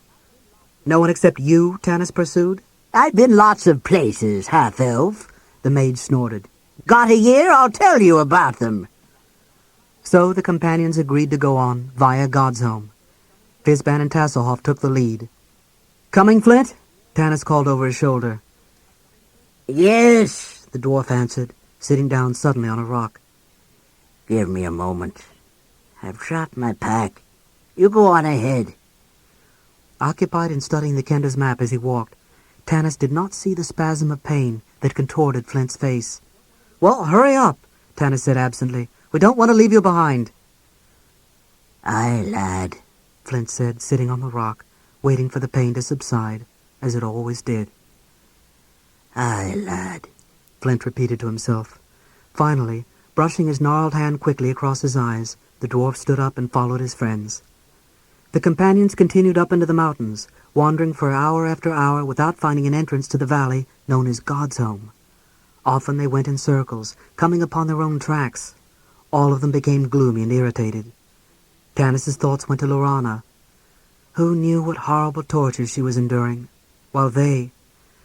He shut the thought out of his mind. It was then he noticed. Where's Barum? He asked, a sudden chill freezing his anger. Caramon looked around hastily, then turned to face Tanis, his face flushed with shame. I thought it was next to me. I'm sorry. I was thinking about Reist and... Tanis clenched his teeth. Barum's our only way into Naraka. He's the only reason they're keeping Lorana alive. If they catch him... Tanis caught himself. Barum can't have gone far, and his trail should be easy to pick up. He's not skilled in wood lore. Tanis was right. After an hour tracing back their own footsteps, they discovered a small animal trail none of them had noticed in passing. It was Flint who saw the man's tracks in the mud. The dwarf plunged into the brush, following the trail, quickly outdistancing the others. Flint! Tanis shouted more than once. Wait up! But the group fell farther and farther behind the excited dwarf until they lost sight of him altogether. Then suddenly they were brought to a halt. They had reached another rock cliff, but this time there was a way through. A hole in the rock formed a narrow tunnel-like opening. Suddenly Fizban's face brightened. This is it. Yeah, we found God's home. The way in. Through this passageway. Crawling on hands and knees, the companions crept into the narrow opening, with Tasselhoff in the lead. I hear something, Tanis, he said. It's Flint. He's made it through. This is it, Fizban stated as they emerged from the passageway. We're here.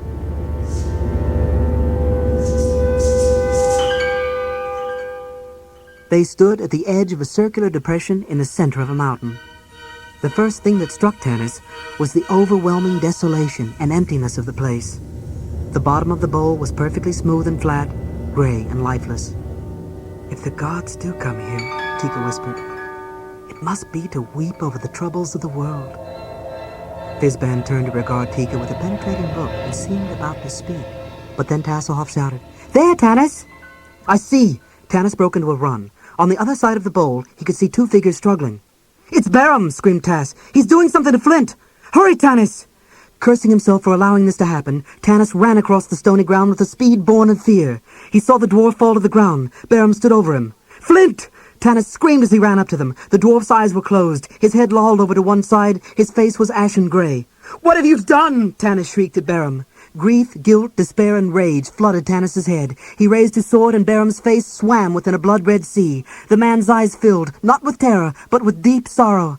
Then Tanis saw the eyes widen with pain, and he knew he had plunged his sword into Barum's body. Warm blood washed over Tanis's hands. A horrible scream burst in his head. Then a heavy weight fell on him, nearly knocking him down. Baram's body slumped over him, but Tanis didn't notice. Frantically, he struggled to free his weapon and stab again. He felt strong hands grab him, but Tanis fought them off. Finally, he watched Baram fall to the ground, blood streaming from the horrible wound just below the green gemstone, which glittered with an unholy life in the man's chest. Behind him, Tanis heard a deep, booming voice and a woman sobbing pleas. Tanis spun around. He saw his companions there, but he didn't recognize them in his blind fury. And then an old man appeared before him, his ageless eyes filled with sorrow. The old man reached out and laid his hand on Tanis's shoulder. Tanis felt his reason return. He dropped the blood-stained sword and collapsed, sobbing at Fizban's feet. Be strong, Tanis, The old man said softly. for you must say goodbye to one who has a long journey before him. Then Tanis remembered everything. "Flint!" he gasped, and staggered to his feet. He stumbled over to where his oldest friend lay on the ground, his head resting on Tass's lap. The dwarf smiled weakly as he saw Tanis approach. I almost lost him, Tanis, Flint gasped. He was just about to slip out through that other hole in the rocks over there when this old heart gave out. The next thing I knew, he had me in his arms and was laying me down on the rocks. Baram didn't harm you? Tanis could barely speak. Flint managed to snort. Harm me? He couldn't harm a mouse, Tanis.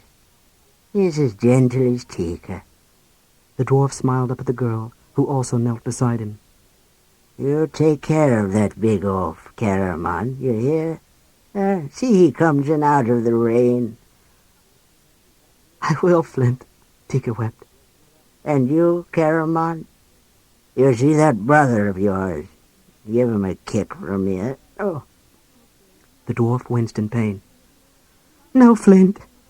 You can't go off adventuring without me, Tass wailed. You'll get into no end of trouble. You know you will.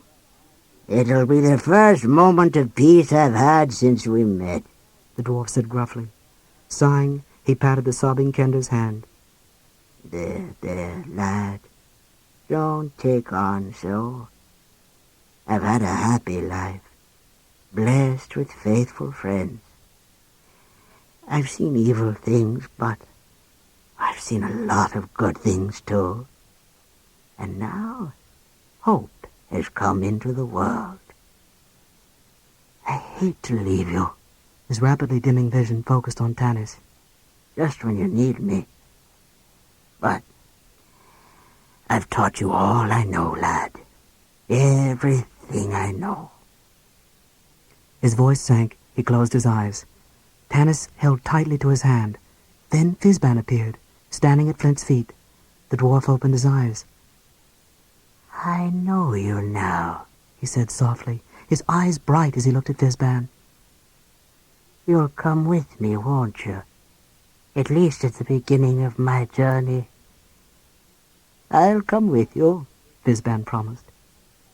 The troubles of this world are yours no longer. You have earned the right to sleep. Sleep, the dwarf said, smiling. Yes. Wake me when it's time to leave. Flint's eyes closed. He drew in a small, easy breath, then let it out. Tanis pressed the dwarf's hand to his lips.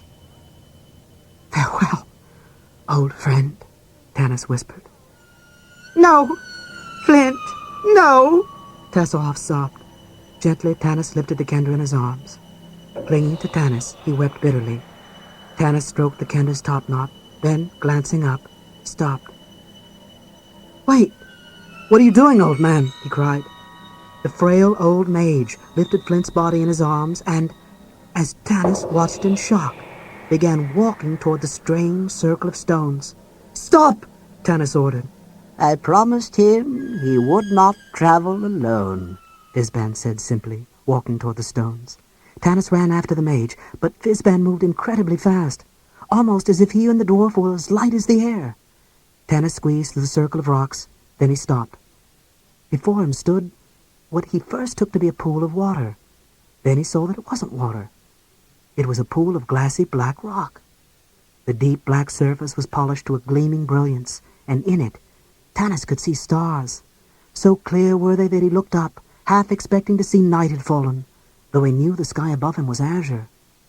Tanis stared once more into the pool's polished surface. He saw the stars, he saw the moons.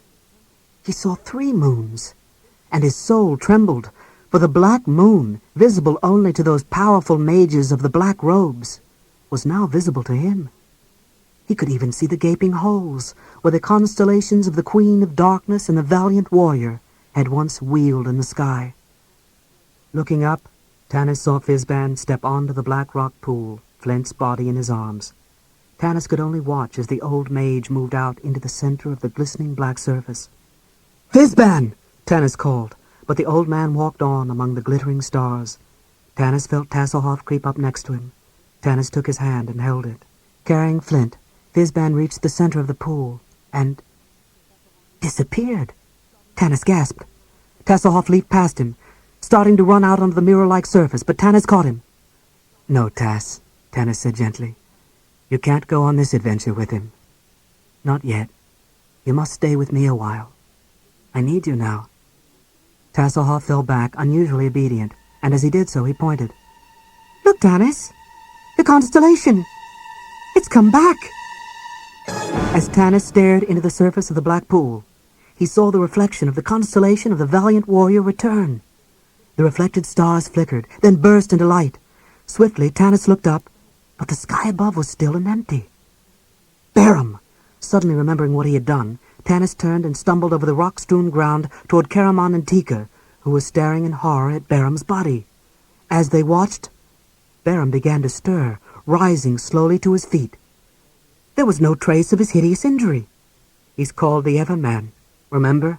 Tanis said to the ashen-faced Caramon. "He's died countless deaths, only to rise again, and he claims he doesn't know why. But you do know, don't you, Barum?" Tanis said softly. "And now you're going to tell us." Barum's gaze lowered. I'll tell you what I can," the green gemstone man said haltingly. "But then you've got to help me." His hand clutched Tanis's. "I cannot promise," Tanis said. "Not until I know the truth." Barum sat down and began his tale. I had a sister. We weren't twins, but we were as close as twins. We lived on a small farm outside of Naraka. My sister was my only companion, my only friend. She worked hard, too hard. After the cataclysm, it was all we could do to keep food on the table. Our parents were old and sick. We nearly starved that first winter. That spring, things didn't improve much, but at least we had hope, my sister said. We could plant seeds and watch them grow, and we could hunt game. Closing his eyes, he began to shake as if chilled. He gritted his teeth and continued. One day, we walked farther than usual. It had been a bad day's hunting, and we followed the trail, hoping to find at least some game before dark. But after a while, I saw it wasn't an animal trail. It was an old path made by human feet. Hadn't been used in years. It led to a strange place. My sister said it must have been a temple once, a temple to evil gods. I don't know. All I know is it did have an evil feeling to it, and we should have left. He fell silent, and when he resumed, it was as if he had gone back to that day. But there is one beautiful object in the ruins. The base of a broken column, encrusted with jewels. There is one jewel, a green gemstone that glitters brightly. I will take it. It will make us rich. I begin to pry it out. My sister is horrified. She cries to me. She commands me to stop. This place is holy, she pleads. The jewels belong to a god, Barum. I ignore her, though I feel a chill in my heart even as I pry at the jewel. But I tell her, if it belonged to the gods, they have abandoned it, as they have abandoned us. She grabs me. "Stop, Barum," she commands me. "I will not let you desecrate what belongs to the gods." How dare she talk to me like that? I'm doing this for her. I yell at her, "Leave me be," but she grabs my hand, jarring the blade, scratching the jewel. I shove her, not that hard. I never meant to shove her that hard. She's falling. I've got to catch her, but I can't. Her head hits the column, blood covers her face, spills over the jewels. Her eyes stare at me, but they don't see anymore. And then... His body shuddered convulsively. It is a horrible sight, one I see in my sleep every time I close my eyes. It is like the cataclysm. The ground splits open, huge columns begin to reform before my eyes. A temple springs up from the darkness below ground. But it isn't a beautiful temple. It is horrible and deformed. I see darkness rise up before me, darkness with 5 heads, all of them twisting and writhing in my sight. And the heads speak to me in a voice colder than a tomb. Long ago, they say, I was banished from this world, and only through a piece of the world may I enter again. The jeweled column kept me prisoner. You have freed me, mortal, so I give you what you seek. The green gemstone is yours. There's terrible mocking laughter. I feel a great pain in my chest. Looking down, I see the green gemstone embedded in my flesh. I can do nothing but stare as the dark, shadowy shape begins to grow clearer and clearer. It is a dragon, a 5-headed dragon. And I know then that once the dragon enters the world, we are doomed. For at last I understand what I have done. This is the Queen of Darkness the clerics teach us about. Banished long ago by the great humor, she's long sought to return. Now by my folly she will again be able to walk the land. One of the huge heads snakes toward me, and I know I am going to die, for she must not allow anyone to witness her return. I see the slashing teeth. I cannot move. And then suddenly, my sister stands in front of me. She is alive. But when I try to reach out to her, my hands touch nothing. I scream her name. Jasla! Run, Barum, she calls. Run! She cannot get past me. Not yet. Run! My sister hovers between me and the Dark Queen. The screams of the 5-headed dragon fill the air. But the Dark Queen cannot pass my sister. Even as I watch, the Queen's shape begins to waver and dim. She is there, a shadowy figure of evil, nothing more.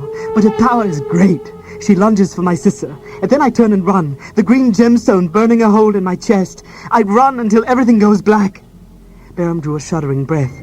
There follows a long span of my life of which I know nothing. When I came to myself, I had aged. I had no idea where I was. I longed desperately to return to Naraka, yet that was the one place I knew I couldn't go. I didn't have the courage. Long years more I wandered, unable to find peace, unable to rest, dying only to live again. I would hear stories of evil things abroad in the land, and I knew it was my fault. Then came the dragons and the dragon men, and I alone knew what they meant. I alone knew the Queen had reached the summit of her power, and was trying to conquer the world. The one thing that she lacks is me. Why? I'm not certain. Except that I feel like someone who is trying to shut a door while another is trying to force it open. And I'm tired. Barum's voice faltered. So tired. I want it to end. The companion sat silently for long moments. What must you do to shut this door? Tanis asked. Barum shivered. I only know that I feel drawn to Naraka, yet it's the one place on the face of Kryn I dare not enter.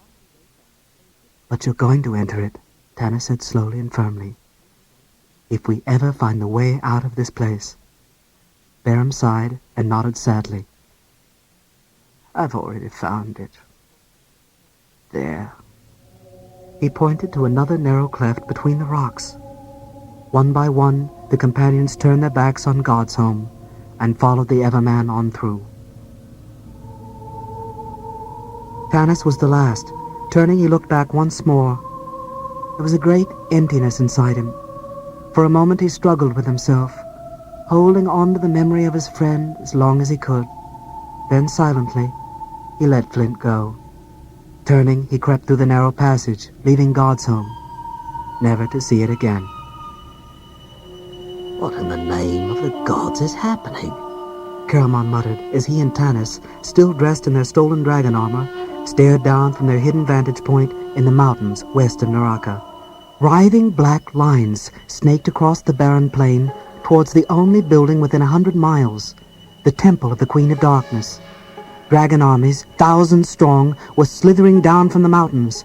Flags of black and red and blue fluttered from tall poles that bore the emblems of the High Lords. Flying high above them, dragons filled the air with a hideous rainbow of colors, reds, blues, greens, and blacks. You know, Caramon said slowly, it's a good thing Fizban stopped us back there.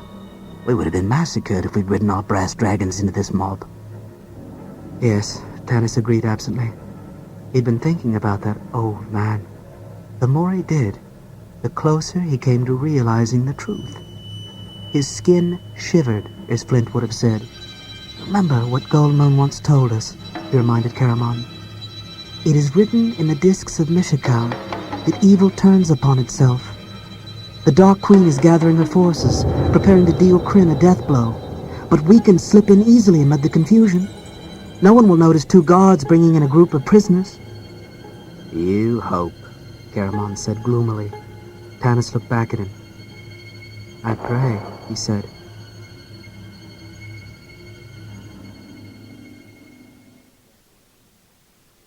The dragon armies were gathering for a council of war. A number of the High Lords were already camped with their armies on the plains, waiting for the greatest among them, Ariakas, to arrive with his hordes. Ariakas's army was to enter first, according to protocol, followed by all the High Lords' armies in order of rank, with Viewmaster Toda and his troops bringing up the rear. But as the discs of Mishakal had predicted, evil was already turning upon itself. Fights broke out between the troops of some of the High Lords. The dragons, too, began to turn upon each other. In the chaos that reigned, Tanis and Caramon might have slipped into the temple, escorting the others, even though they had no papers giving them permission to bring in prisoners. But that is not what happened. Mistaking Tanis and Caramon for returning deserters, the captain of the temple guard ordered them arrested, disarmed, and sent to the dungeons. Fortunately, Kitiara happened to ride by at that moment. An idea struck Tanis. He whispered to Tas that he should tell Caramon to keep up the Dragon Army Officer Act no matter what. Then, running up to Kitiara, Tanis called upon her to help him. Hoisting him up behind her on her horse, Kitiara rode away with Tanis, leaving the others behind. The bewildered Caramon, along with Tas, Tika, and Beram, were led through the horrifying town of Naraka, which existed only to serve the Dragon Army's needs for lust and liquor, and then were taken down below the temple into the dungeons below. There they were led to a holding cell, to wait while their fate was decided. Up above, in the fortress, Tanis and Kitiara dismounted. Tanis told her he had no idea where his friends were. Kitiara asked him why he had come. Tanis said he had come to offer himself in exchange for Lorana's freedom. If she let the elf-maid go, Tanis swore he would serve Kitiara on the battlefield by day and in bed by night. Kitiara smiled a secret smile, and told him she would consider his offer, but that her answer depended upon his behavior that night at the formal council meeting. He was to attend her, and she would present him to the Queen of Darkness. Bowing in submission, Tanis left to put on a full-dress uniform for the event. Meanwhile, Kitiara, who suspected Tanis of lying about his friends, summoned Gakkan, the draconian who had once trailed Tanis in Flotsam, and who had also helped to entrap Lorana. Kitiara ordered Gakkan to find out whether Tanis had arrived in Naraka alone or with others. The clever draconian spy soon discovered that Tanis had traveled with a kender, a red-headed woman, a huge warrior, and a bearded old man with eyes too young for his face. Gakkan also figured out who the bearded old man must be. Beram, the Everman. With his guards trailing behind him, he headed for the dungeons.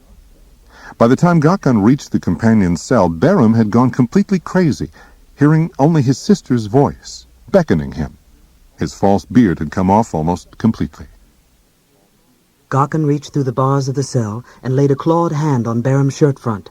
He ripped the shirt off, and green light flared as the torch illuminated the gem in Barham's flesh. Unlock the cell, Garken said quietly. The jailer opened the cell door, and the Draconian surged inside. One guard struck Caramon a vicious blow on the side of the head, while another grabbed Tika. Then Garken entered. Kill the big one, the girl, and the Kenda, he said, pointing to Caramon, Tika, and Tass. Then he pulled his lizard lips into a grisly smile and laid his hand on Baron's shoulder. This one is for her dark majesty. Tonight, victory is ours. Sweating in his full-dress uniform, Tanis stood beside Kitiara in one of the vast antechambers leading into the great hall of audience. Surrounding him were Kitiara's troops, including the hideous skeletal warriors under the command of the Death Knight, Lord Soth. Tanis could not repress a shudder. Kitiara glanced at him and gave him one of the crooked smiles he'd once found so irresistible. "You get used to them," she said coolly, regarding the ghostly warriors. Then her gaze returned to the Chief High Lord, sitting on his throne at the other end of the vast hall. "Get on with it, Ariakis," she muttered. Tanis looked through the ornate doorway into the chamber. The floor of the vast hall was empty now, but soon the troops would march in to take up their positions beneath the thrones of their High Lords. These thrones stood on platforms about 10 feet above the gleaming black granite floor. Upon these platforms, facing Ariakis' throne, would sit the High Lords, and only the High Lords. Bodyguards and high-ranking officers would stand upon stairs that extended up to the thrones from the floor like the ribs of some giant beast. From the center of the hall rose another, slightly larger platform, which looked like a giant hooded snake. A slender bridge of rock ran from the snake's head to another gate in the side of the hall. The head faced Ariakis, and a darkness-shrouded alcove above Ariakis. The Emperor, as Ariakis styled himself, sat upon a slightly larger platform at the front of the great hall, about 10 feet above those around it. Above it all, an alcove set into the great domed ceiling, perched the dragons of the High Lords.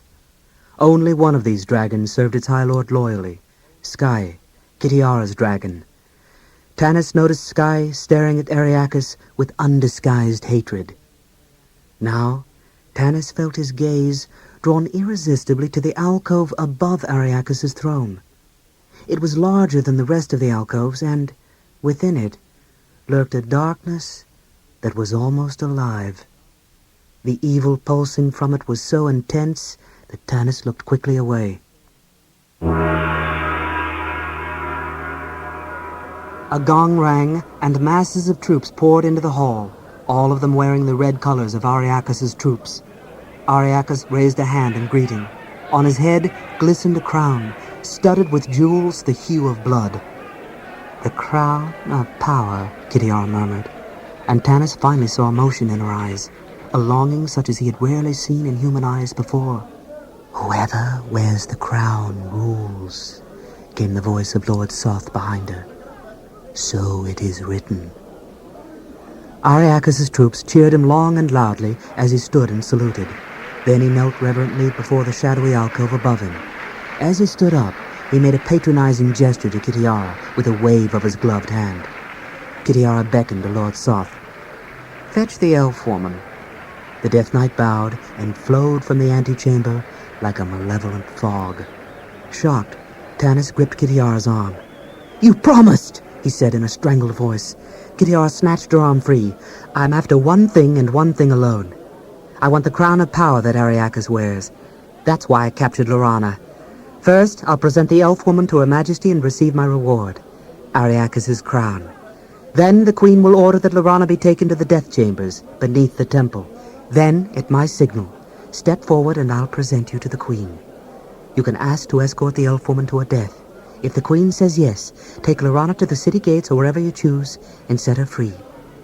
But I want your word of honor, Tanis, that you will return to me." "I give it," Tanis said, his eyes meeting Kitiara's. Kitiara smiled. One final warning, Tanis, she whispered swiftly. You must convince the Queen that you are her loyal servant. One gesture, one word that rings false, and she'll destroy both you and Lorana. A chill shot through Tanis.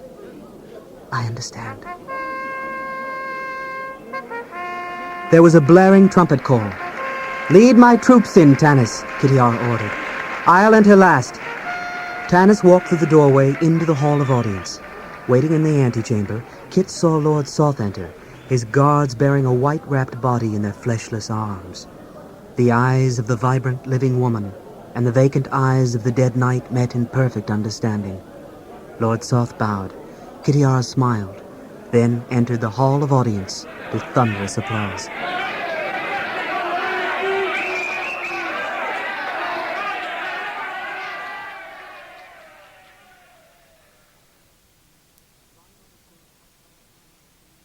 Lying on the cell floor, Caramon feigned unconsciousness and opened his eyes a slit. A draconian guard stood almost directly in front of him, its back turned. Caramon could not see Baram or Gakan without twisting his head, and he dared not call attention to himself. He could take out that first guard. He knew. Possibly the second, before the other two finished him. He had no hope of escaping alive, but at least he might give Tika and Tass a chance to escape with Baram. Tensing his muscles, Caramon prepared to launch himself at the guard, when suddenly an agonized scream tore through the darkness of the dungeons. It was Baram, howling with rage. Caramon watched in amazement as Baram lurched forward, grabbed Gakan, and lifted him off the stone floor. Carrying the flailing draconian overhead, the Everman hurtled out of the jail cell and smashed Gakan into a stone wall. The draconian's head split apart. With a roar, Baram slammed the body into the wall again and again until Gakan was nothing more than a limp, green-blooded mass of shapeless flesh. For a moment, no one moved. Then Baram turned and stared at the companions, totally without recognition. He's completely insane, Caramon thought with a shudder. My sister calls, Baram whispered hoarsely, running down the north corridor, flinging draconians aside as he went. The hobgoblin took a look at the dead Gakan and fled toward the stairs. The other guard, quickly regaining its feet, jumped into the cell. But Caramon was on his feet now, too. Reaching out, the big man grabbed the draconian around the neck. One jerk of the huge hands, and the creature fell lifeless to the floor. Caramon, look out behind you! Tass yelled as another guard dashed into the cell, its sword raised. Caramon whirled, only to see the creature fall forward as Tika's boot caught it in the stomach. Tass plunged his little knife into its body. Caramon glanced at the stairs, then down the north corridor. You follow Baram, Caramon, Tika said urgently. Go with him. He can hear his sister calling. That's why he went crazy. Yes, Caramon said, staring down the corridor. Come on. Tika grasped Caramon by the arm. No! We've got to split up. Tass and I will draw them off to give you time. There's another corridor that leads east. I saw it as we came in. They'll chase us that way. Now hurry before they see you. Caramon hesitated, his face twisted in agony. For good or for evil, Caramon, Tika said. This is the end. You must help him reach his sister. Hurry! Tika gave the big man a shove, and he looked back at her. Tika, he began, trying to think of some argument against this wild scheme. But before he could finish, Tika kissed him swiftly, grabbed a sword from a dead draconian who had just crumbled to dust, and ran from the jail cell. Tass dashed after Tika. I'll take care of her, Caramon, he promised, his pouches bouncing around him. Draconians were coming down the stairway now, and Caramon could hear the Kender's voice shouting taunts at them. Dog-eaters, slime-blooded goblin lovers! Then Tika and Tass were gone. I'm alone, Caramon thought bleakly. I've lost them. No, there's Baram. He's alone too. Tika's right. He needs me now. He needs me. His mind clear at last, Caramon turned and ran clumsily down the corridor after the Everman. Meanwhile, in the great hall above, the roll call continued. Dragon High Lord Toda! Lord Ariakas listened with lazy contempt. The Queen had not yet arrived, since these opening proceedings were beneath her. Ariakas's gaze went from her throne to Kitiara's. She was here, of course. This was her moment of triumph, or so she thought. Ariakas breathed a curse. Let her do her worst, he thought, only half listening as the roll caller repeated Viewmaster Toda's name. Suddenly Ariakas realized that something was wrong. Toda's throne was empty. The crowd began buzzing. Never before had a High Lord been absent at a meeting of the Grand Council. A human Dragon Army officer climbed the stairs leading to the empty platform. I regret to inform his lordship and her dark majesty that Dragon High Lord Toda has met an unfortunate and untimely demise in Kenderholm. Kenderholm has been lost. Lost? Repeated Ariakas, in a voice like a thunderbolt. High Lord Toda was foully murdered there by a Kender leader named Cronin Thistlenot, and his troops driven from... There was a murmur from the crowd now, growlings of anger and defiance, threats of the total destruction of Kenderholm. With his gloved hand, Ariakas made an irritated, sweeping gesture. Silence fell instantly over the assemblage. And then the silence was broken. Kitiara laughed. His face twisted in outrage. Ariakas rose to his feet. Steel flashed as his men drew their swords. Kitiara remained seated, calmly and scornfully regarding Ariakas. Suddenly, a breathless hush descended over the assemblage, as if the breath in each body was being choked off by an unseen force. And then the air itself seemed sucked from the hall as a darkness filled it. Was it actual, physical darkness? Or a darkness in the mind? Tanis could not be certain. His head swam. Desperately he tried to breathe, but he might as well have been beneath the blood sea of Istar again. Then the darkness lifted. Tanis gazed up at the magnificent platform, which had remained empty throughout the proceedings. It was empty no longer. Tanis's blood congealed in his veins as he stared at the shadowy form overhead with awe and terror. The queen had come to Krynn, though not completely, not in her physical form. Something was holding her back, blocking her entry into the world.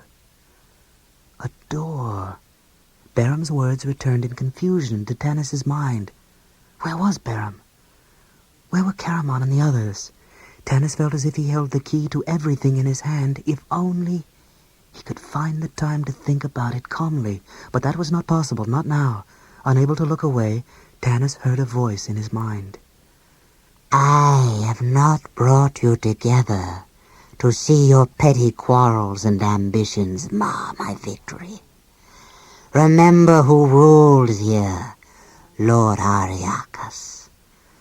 Ariakas sank to one knee, as did all others. Even Tanis fell to his knees in reverence. This was a goddess, no matter how evil. Lord Kitiara, you have pleased us well in the past. Your gift to us now pleases us even more. Bring in the elf woman, that we may look upon her and decide her fate.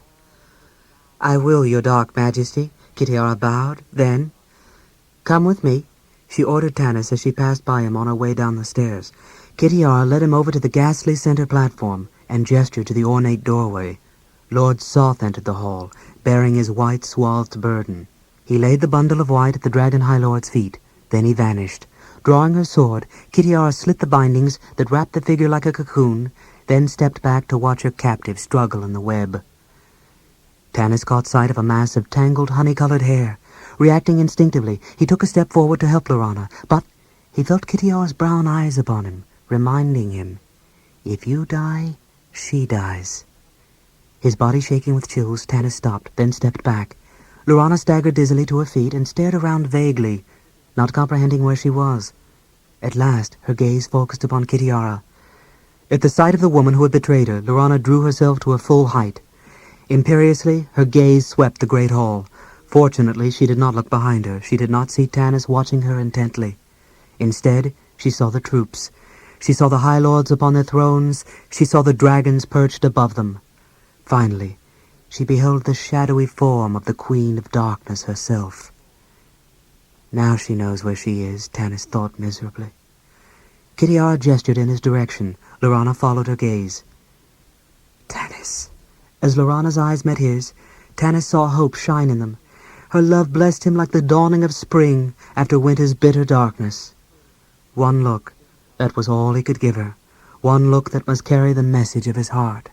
He could feel Kitiara's brown eyes on him. Tanis forced his face to reveal nothing of his inner thoughts. He kept his gaze expressionless. Lorana might have been a stranger. Coldly he turned away from her, and as he turned, He saw hope's light die in her luminous eyes. As if a cloud had obscured the sun, the warmth of Lorana's love turned to bleak despair. "Dark Majesty," cried Kitiara, grasping Lorana by the arm, "I present my gift to you, a gift that will give us victory. I give you the elf woman Lorana, princess of the Qualinesti elves, leader of the foul knights of Solamnia. It was she who brought back the Dragonlances, she who used the dragon orb in the High Clerist's tower. It was by her command that her brother and a silver dragon traveled to Sanction, where, through the ineptness of Lord Ariakis, they managed to break into the sacred temple and discover the destruction of the good dragon eggs. I give her to you, my queen, to treat her as you believe her crimes against you merit." Kitiara flung Lorana in front of her. "You have done well, Lord Kitiara," came the Dark Queen's unheard voice, "and you will be well rewarded. We will have the elf escorted to the death chambers. Then I will grant your reward." "Thank you, Majesty," Kitiara bowed. "Before our business concludes, I beg 2 favors. I would first present one who seeks service in your great and glorious army." Kitiara laid a hand on Tanis's shoulder. Slowly his head bowed. Tanis sank to his knees before her Dark Majesty. "I present Tanis Half-Elven," Kitiara resumed coolly. "I've named him commander of my armies, following the untimely death of my commander, Baccharis." "Let our new servant come forward," came the voice into Tanis's mind. He walked forward to stand on the very edge of the platform, below the Dark Queen's throne. "Raise your head. Look upon me," came the command. Tanis braced himself, asking for strength from deep inside him, strength he wasn't certain he possessed. Mesmerized, he stared at the shadowy form, unable to free himself. There was no need to fabricate awe and a horrible reverence, for that came to him as it comes to all mortals who glimpse her Dark Majesty. But her power was not complete. Tanis was conscious of the great struggle she waged to enter the world. Her shadowy form, the form of the 5-headed dragon, the dragon of all colors and of none, wavered before his eyes. But even as the form shifted, the dark eyes remained constant, staring into Tanis's soul. Abjectly he sank to his knees, groveling before the queen, despising himself as behind him he heard Lorana's anguished cry. Down below in the northern corridor, Caramon had finally caught up with Beram. The Everman was doing battle with a pair of Draconians, fighting them bare-handed, oblivious to the horrible wounds their swords were inflicting. Caramon finished them off, but not before a third Draconian emerged from the shadows, dealing him a blow to the side before the warrior cut off its head. Caramon bandaged his wound, then followed Beram through the archway the Draconians had been guarding. Horns blared. The arch had been booby-trapped. Knowing that the Draconians would soon be after them, the pair continued onward, following the ghostly call of Beram's sister. Meanwhile, Tass and Tika had drawn off the Draconian pursuit. The tunnel they were in rose and rose till they could smell the fresh night air. Their joy soon disappeared, however, when they came to a locked door. Tass told Tika to hold off the Draconians while he picked the lock. It was such a simple lock that Tass wondered why anyone had bothered. Wondered, that is, until a poisoned needle popped out, jabbing his finger. It was just like the dream of Sylvanesti, the nightmare they'd all shared months before. As his consciousness faded, Tass sobbed with remorse. He should have known. He could have prevented this. In the great hall above, Tanis looked at Lorana's prostrate form and forced himself to feel nothing. Kneeling before the Dark Queen, he begged a merciful god to strike him dead. But the gods granted no such favor. Instead, Kitiara stepped in front of him. "Your Majesty," she began, "I wish to reward a servant of mine who helped me capture the elf woman. I refer to Lord Soth, who has asked for the soul of Lorana, so that he might thus gain his revenge over the elf woman who long ago cast the curse upon him." "No!" Lorana cried, horror penetrating her numb senses. Furious, Tanis stood up and stepped behind Kitiara. "You betrayed me!" he choked. "This was not part of the plan!" "Hush!" whispered Kit, "or you'll destroy everything."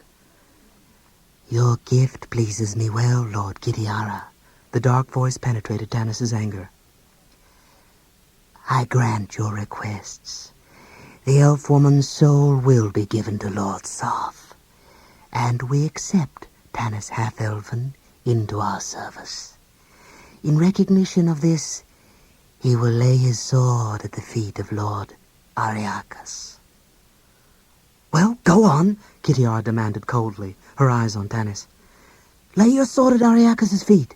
He'll pick it up and return it to you. It's ritual, nothing more. But it buys me time. Tanis's eyes widened. Time for what? What now?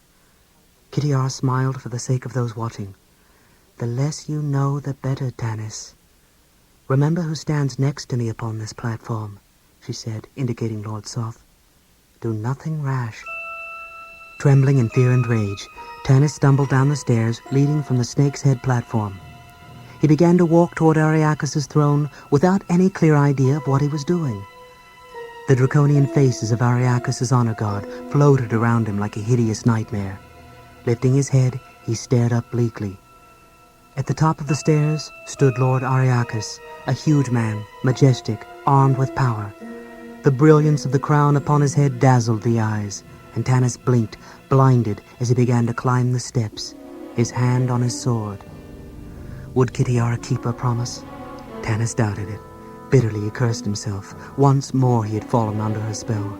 Once more he had played the fool, trusting her. And now she held all the game pieces. There was nothing he could do. Or was there? An idea came to Tanis so suddenly he stopped, one foot on one step, the other on the step below.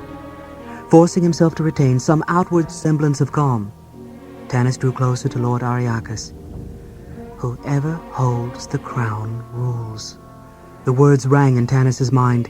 Kill Ariakas, take the crown, and as long as I hold it, Kit will be mine to command. I can save Lorana, we can escape together. Once the crown is in my hand, no one will dare touch me. Tanis's hand twitched upon the sword. Ariakas was looking at Kitiara, contemplating his next move, filled with revulsion and hatred for this man who had slain thousands of innocents. Tanis began to slide the blade of his sword from its scabbard.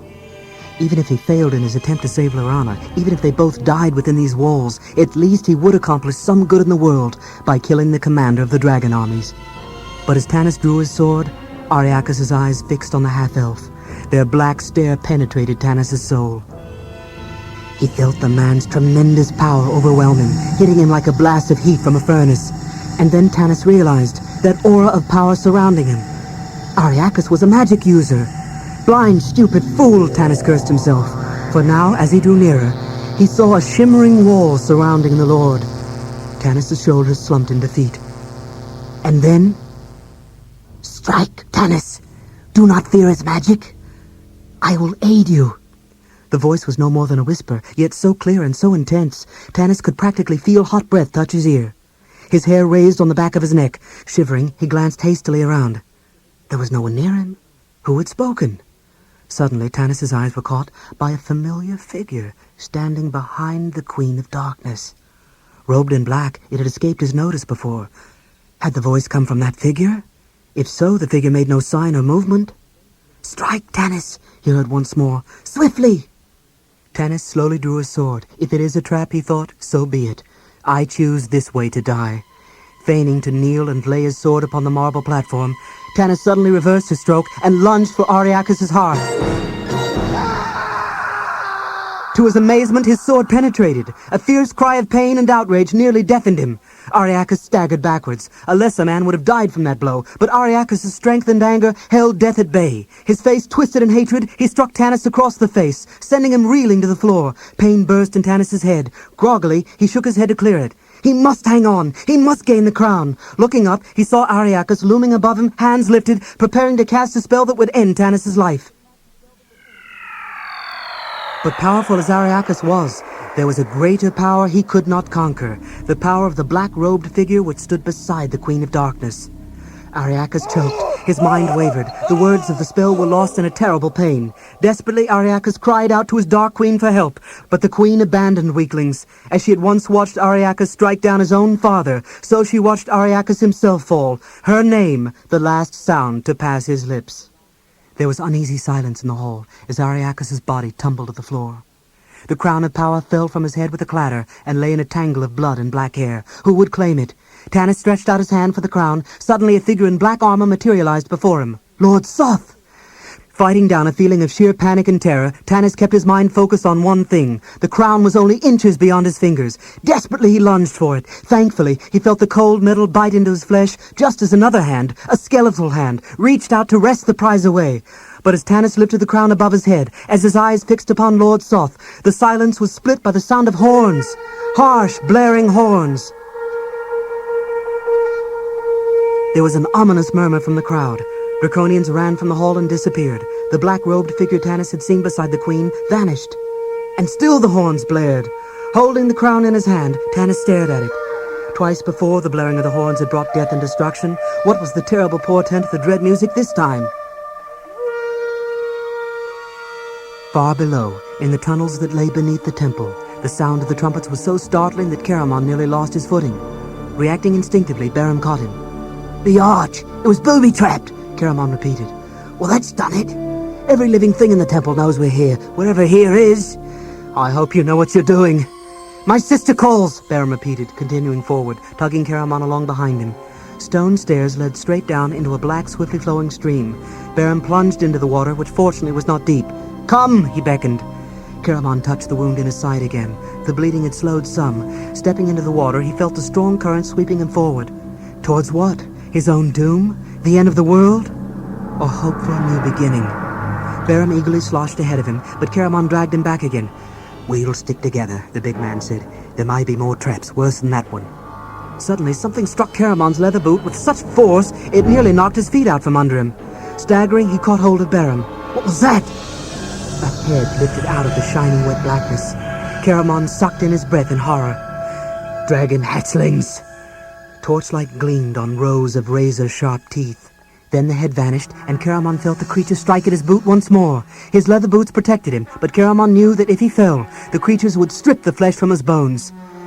But the sound of the guards coming after them drove Barum onward, and Caramon had to forget the dragons and concentrate on keeping up with him. The Everman stared constantly ahead into the darkness, moaning and wringing his hands in anxiety. The water grew deeper, and the dragon young were becoming frenzied by the smell of Caramon's blood. The sound of the guards drew closer and closer. Then something blacker than night flew at Caramon, striking him in the face. He dropped his torch. The light vanished with a sizzle. Barum grabbed onto Caramon, and the two held each other for a moment staring, lost and confused into the darkness. If he had been struck blind, Caramon could not have been more disoriented. He had no idea in which direction he faced. He had the feeling that if he took one more step, he would plunge into nothingness and fall forever. There it is, Barum said, catching his breath. I see the broken column, the jewels gleaming on it, and she is there. She's waiting for me. She's waited all these years. My sister Jasla. Relief flooded Caramon's body. He could see jewels shining in the darkness, just a short distance ahead of them, not more than 100 feet. Relaxing his grip on Barum, Caramon thought perhaps this is a way out, for me at least.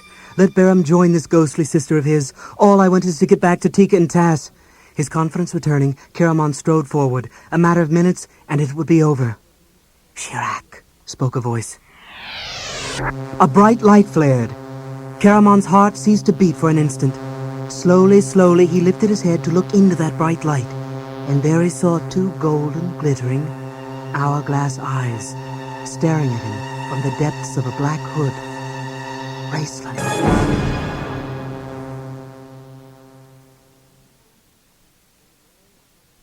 When the blaring of trumpets had ceased, a measure of calm returned to the hall of audience. Once more, the eyes of everyone in the hall, including the Dark Queen, turned to the drama on the platform. Tanis gripped the crown in his hand, his eyes fixed on Lord Soth, whose skeletal fingers again reached for him. Lord Soth! Kitiara's voice rang out. Halt! Let him who won the crown bring it to me. Soth hesitated. His flaming eyes turned their vacant gaze upon Kitiara, questioning. But Kitiara looked only at Tanis, her brown eyes gleaming. Bring the crown to me, Tanis, she said, walking toward him. Truly you and I were meant to rule together. You were magnificent. I will give you anything. Anything. Lorana? Tanis asked coldly. If you want her. Kitiara shrugged, then drew closer, her voice for him alone. But you will have me, Tanis. By day we will command armies, rule the world. The nights, Tanis, they will be ours alone, yours and mine. Her hands reached up to stroke his bearded face. Place the crown on my head, beloved. Tanis stared down into Kit's luminous eyes. Slowly he raised the hand that held the crown of power. Slowly he lifted it, not to Kitiara's head, but to his own.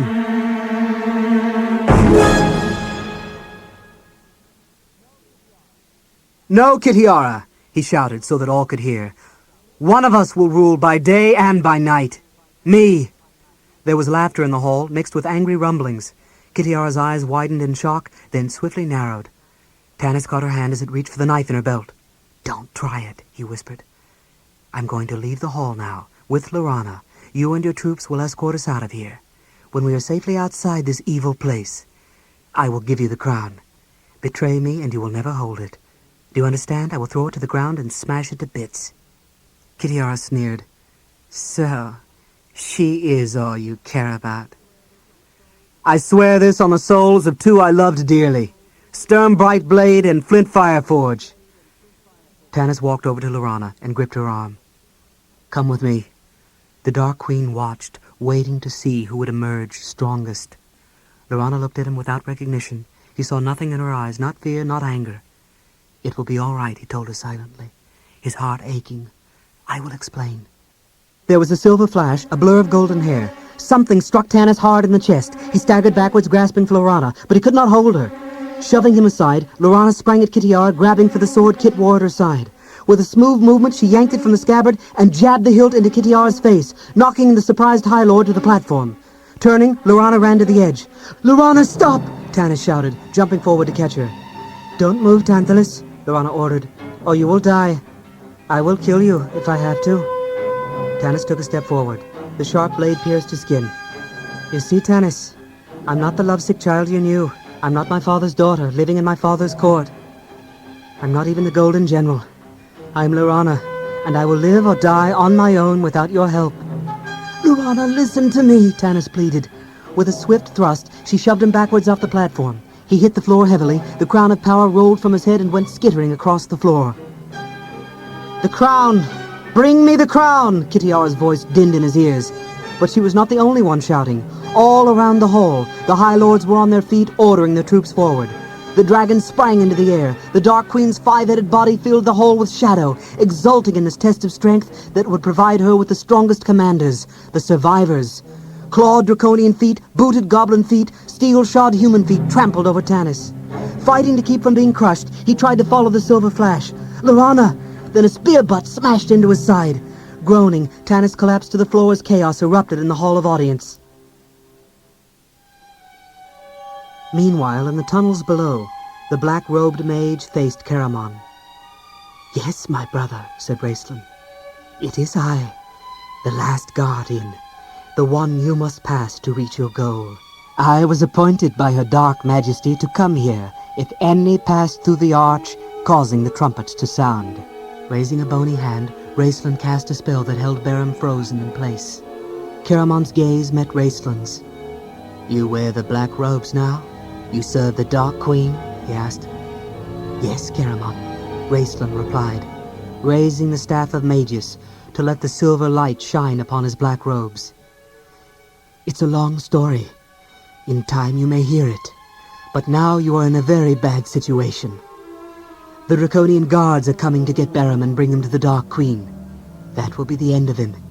He is not immortal, I assure you. She will unravel his existence, and then she will devour his sister, who is blocking the Queen's entrance into this world. Raistlin beckoned his brother near and whispered, But Beram has only to take a few more steps, and he will be reunited with the sister, who has endured unspeakable agonies during these long years of waiting. And what will happen then? Caramon asked. The golden hourglass eyes narrowed. Raistlin's voice grew soft. If he reaches his sister, the wedge will disappear and the door will slam shut. The Dark Queen will be left howling in rage in the depths of the abyss. Raistlin lifted his gaze and made a gesture with his hand. This, the Temple of Istar reborn, perverted by evil, will fall. Caramon didn't understand much of what his brother said, but there was no time for questions. The Draconian guards were getting closer. Caramon swallowed hard. Then you know what I must do, Raist. You may be powerful, but you still have to concentrate to work your magic. And if you work it against me, Barum will be free of your power. Caramon hoped Barum was listening, that he would act when it was time. I can't let you stop Barum. With a grim smile, Raistlin raised his hand, and, before Caramon could yell or even fling up his arms, a ball of flame lit the darkness as if a sun had dropped into it. Bursting full upon Caramon, it smote him backwards into the black water. Caramon felt himself losing consciousness, sinking beneath the dark waters. Then sharp teeth bit into his arm, tearing away the flesh. Screaming in agony and terror, he fought to rise out of the deadly stream. Shivering uncontrollably, he stood up. Barum was standing near Raistlin, not moving. Raistlin watched them calmly. I am powerful, Caramon, he said. With Tanis's help, I was able to rid myself of Lord Ariakas, the one man upon Krynn who could have bested me. Now I am the most powerful force for magic in this world, and I will be more powerful still, with the Dark Queen gone. Caramon looked at his brother dazedly, unable to comprehend. Behind him, he heard splashes in the water and the shouts of the triumphant Draconians. Only dimly, when he saw Raistlin make a gesture toward Barum, did Caramon begin to understand. At that gesture, Barum was freed. With a joyful cry, the green gemstone man leaped forward toward the jeweled column. Jasla, I'm coming! Remember, my brother, Raistlin murmured. This happens because I choose it to happen. The approaching Draconian stopped, frozen. As Barum neared the jeweled column, the green gem embedded in his chest glowed brilliantly, and within that light, the pale shimmering form of a woman appeared inside the column. Barum was finally facing her, the sister he had murdered out of greed, the sister who had sacrificed herself so that he and the world might have hope. Jasla, he whispered, can you forgive me? My brother, between us there is nothing to forgive. The image of Jasla spread her arms wide in welcome, her winsome face filled with peace and love. With an incoherent cry of pain and joy, Barum flung himself into her arms. Caramon blinked and gasped. The image vanished. Horrified, he saw Barum hurl his body upon the column with such force that his flesh was impaled on the edges of the jagged rock. His last scream was terrible, yet triumphant. Dark blood poured over the jewels, quenching their light. For an instant, two pale figures shimmered inside the column. Then they were gone. The Everman was dead at last.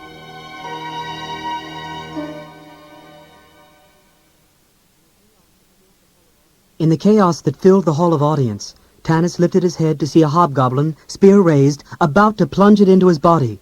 Rolling quickly, he grabbed the creature's booted foot and yanked.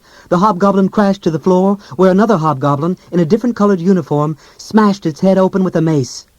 Hurriedly, Tanis rose to his feet. He had to find Lorana. Then he heard Kitiara shout his name. Turning, he saw Lord Soth standing next to Kitiara, surrounded by his skeletal warriors. Kit's eyes were fixed on Tanis with hatred. She lifted her finger and pointed at him. The half-elf tried to flee, but found himself entangled in the mob. Then there was a sharp cracking sound. A huge chunk of stone tumbled from the ceiling, falling into a mass of Draconians who scrambled to get out of the way. More stones fell. Torches dropped from the walls. Tanis stared about in wonder. The skeletal warriors had stopped in their tracks. And then darkness fell upon him like a crushing weight. He has betrayed me. The Dark Queen's anger at Raistlin beat into Tanis's mind. The rage and fear so strong that it nearly split his skull. The darkness increased as the Queen, seeing her danger, fought desperately to keep the door to the world ajar. All around Tanis, Draconian soldiers stumbled and staggered in the darkness, panic spreading among them as they sensed their Queen's withdrawal. "Lorana!" Tanis called out desperately. "Lorana!" Tanis heard Kitiara shouting in anger. Then there was another crash. Screams of agony all around him told Tanis that the entire building was falling apart. And now, my brother, farewell. Raceland drew forth the dragon orb from his black robes as the Draconians in the tunnel surged forward again. "Don't leave me to die at their hands," Caramon said, asking a simple favor. "End it for me now, quickly. You owe me that much." "Oh, you?" Furious, Raceland turned and extended his hand toward the Draconians. Lightning streaked from his fingertips, striking the creatures in the chest. Shrieking in pain, they fell into the water, which quickly became foaming and green with blood as the baby dragons cannibalized their cousins. Caramon watched dully, too weak to care.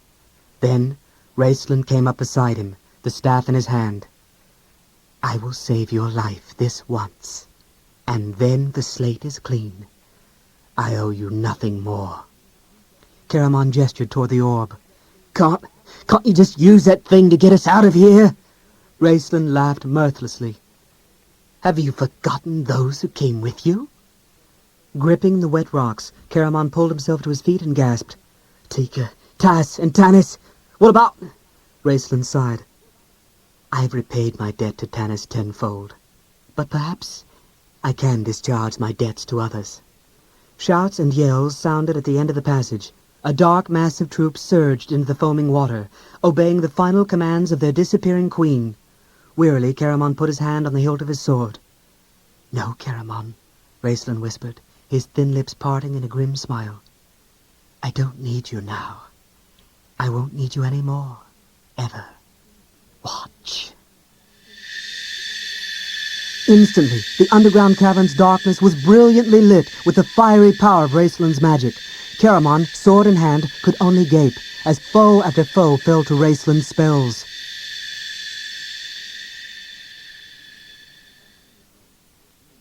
Passing the dungeon where he and the others had been held captive, Caramon pointed the way for Raceland. The two brothers made their way down the corridor. Soon they came upon the bodies of Tika and Tasselhoff. Tika was all right, but Tass was close to death. Saying he was discharging his final debts to them, Raceland used his magic to cure Tasselhoff. Outside they could hear shrieking as the soldiers and slaves of Naraka fled the dying temple. The skies above resounded with the roaring of dragons. The remaining High Lords were battling among themselves to see who would come out on top in this new world. A group of Draconians came up suddenly from behind them. Caramon, still pretending to be a dragon officer, told the Draconians he and the mage were taking these prisoners to the slave market at sanction. He offered to split the profits if the Draconians would help them. The lizard men eagerly agreed. They set off together. Tass, much to his dismay, was forced to leave his scattered pouches behind. Meanwhile, up above in the crumbling temple, Tanis ran after Lorana through the dark corridors. Finally, he caught up with her and forced her to listen while he explained why he had done what he had done. She finally seemed to believe him. They embraced, passionately, tenderly. But just then there was a sound in the corridor behind them. It was Kitiara.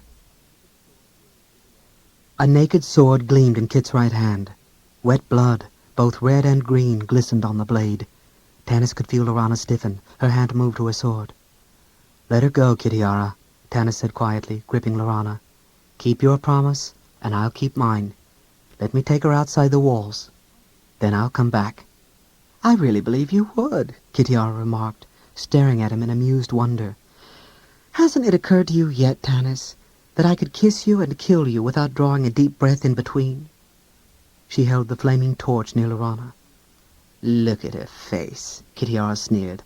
"What a weak and debilitating thing love is." Shrugging, she glanced around.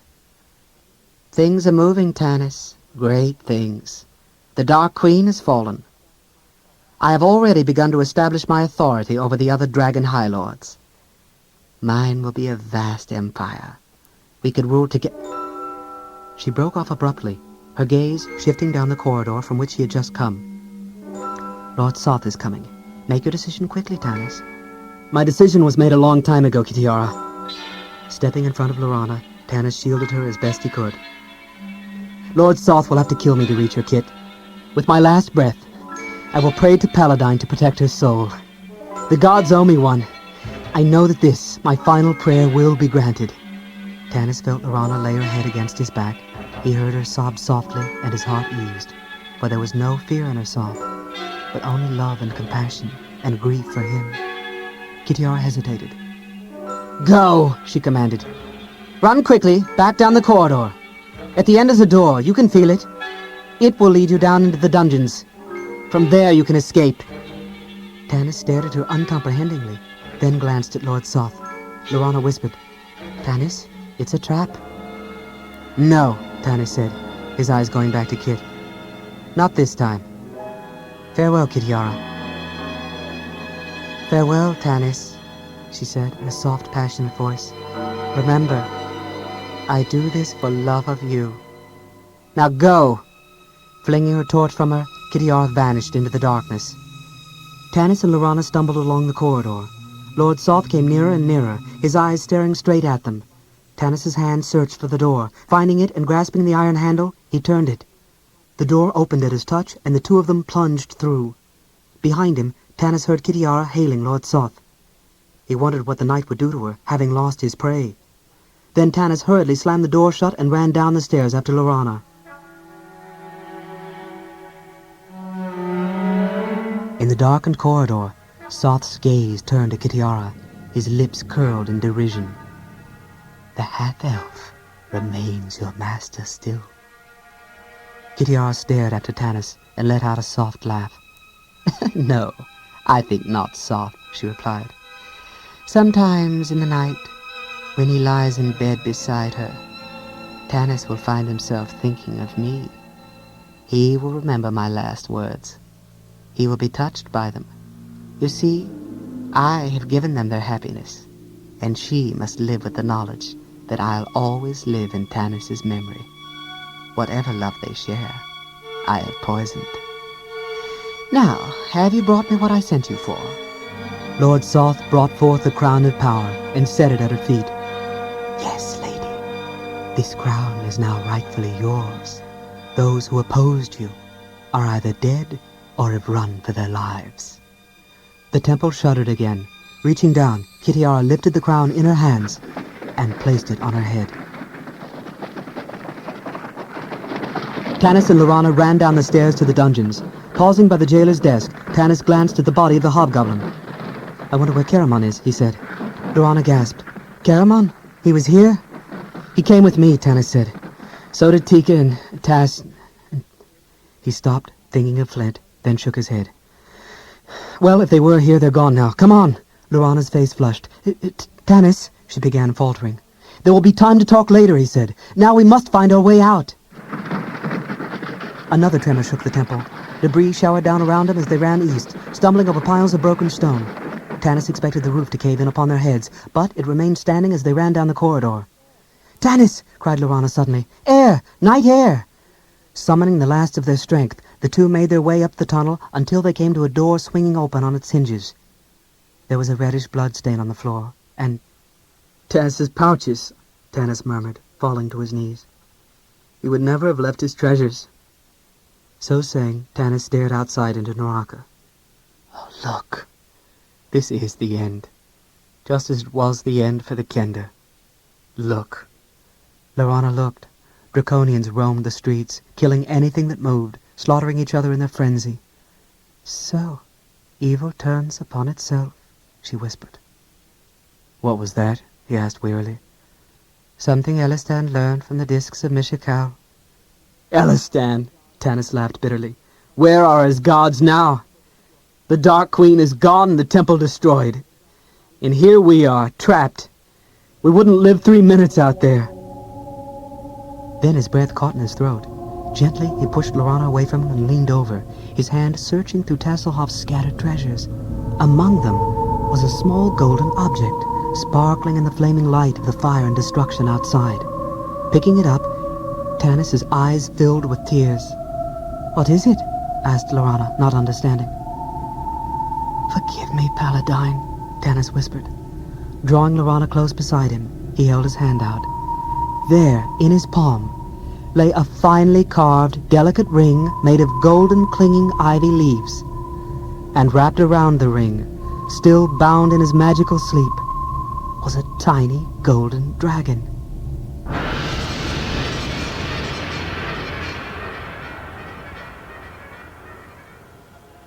Well, We're outside the city gates, Caramon muttered, his eyes on the Draconians who were looking at him expectantly. Right, you stay with Tika and Tess. I'm going back to find Tanis. I'll take this lot with me. No, my brother, Raistlin said softly. You cannot help Tanis. His fate is in his own hands. The mage glanced up at the flaming dragon-filled skies. You are still in danger yourself, as are those dependent on you. Caramon looked at Tika and Tass. Fine, he said. But where do we go from here? Raistlin pointed. Upon that ridge shines a light. They all turned to look, even the Draconians. One waits for you there. Who, Tanis? Caramon said eagerly. Tesselhoff's jaw dropped, as if he knew. Fizban, he whispered, staring at the light that burned bright as a star. Raistlin nodded. The Kender is correct. And now I must go. What? Caramon faltered. But come with me. You must. To see Fizban. Raistlin shook his head. A meeting between us would not be pleasant. Caramon gestured at the Draconians. What are you going to do about them?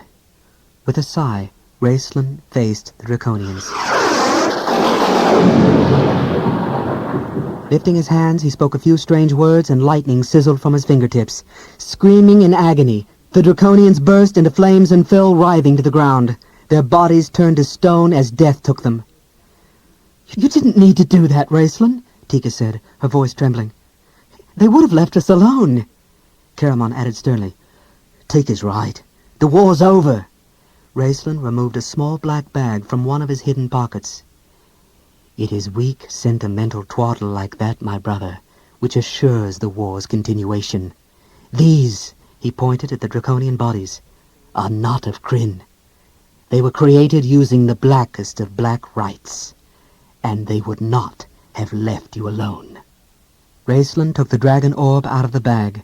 The crystal grew larger as they watched. Closing his eyes, the mage began to chant softly. Colors swirled within the crystal. Then it began to glow with a brilliant, radiant beam of light. Raistlin opened his eyes, scanning the sky, waiting. Within moments, the moons and stars were obliterated by a gigantic shadow. Tass gasped in awe. A dragon! I've never seen one so big! Or have I? You have, Raistlin said coolly, replacing the orb in his black pouch. Behold, this is Cyan Bloodbane, the dragon who tormented poor Lorak, the Elven King. He comes at my command. He has come to take me home, to the cursed Tower of High Sorcery in Palanthas. The dragon circled lower and lower, its gigantic wingspan spreading chilling darkness. At a gesture from Raistlin, the dragon's great head lowered until it rested in the sand. Leaning wearily upon the staff of mages, Raistlin walked over to Cyan Bloodbane and climbed up the huge snaking neck. Caramon stared at the dragon, fighting back the dragon fear. Tika and Tass both clung to him, shivering in fright. Then, with a hoarse cry, he thrust them both away and ran toward the great dragon. White Raistlin! I'll go with you! Raistlin laughed softly. Would you? Would you go with me into darkness?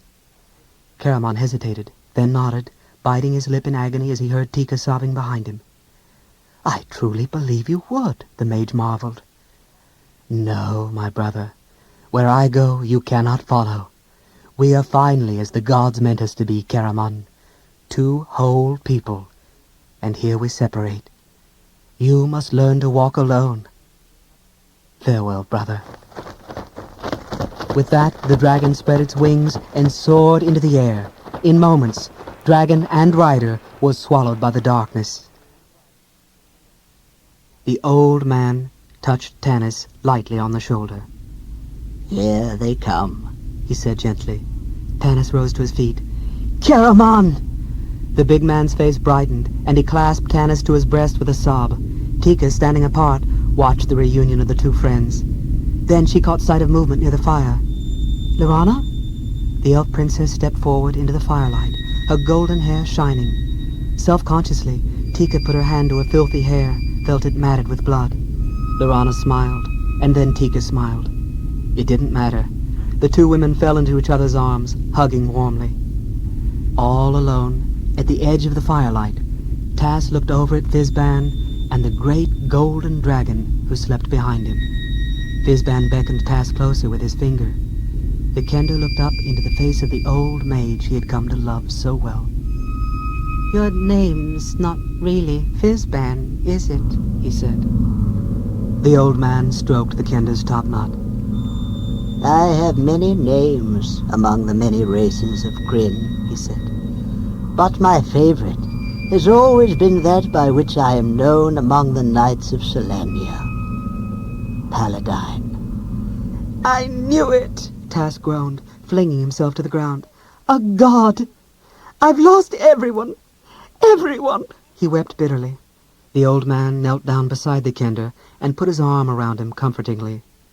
Look, my boy, he said, putting his finger beneath Tas's chin and turning his eyes to heaven. Do you see the red star that shines above us? Do you know to what god that star is sacred?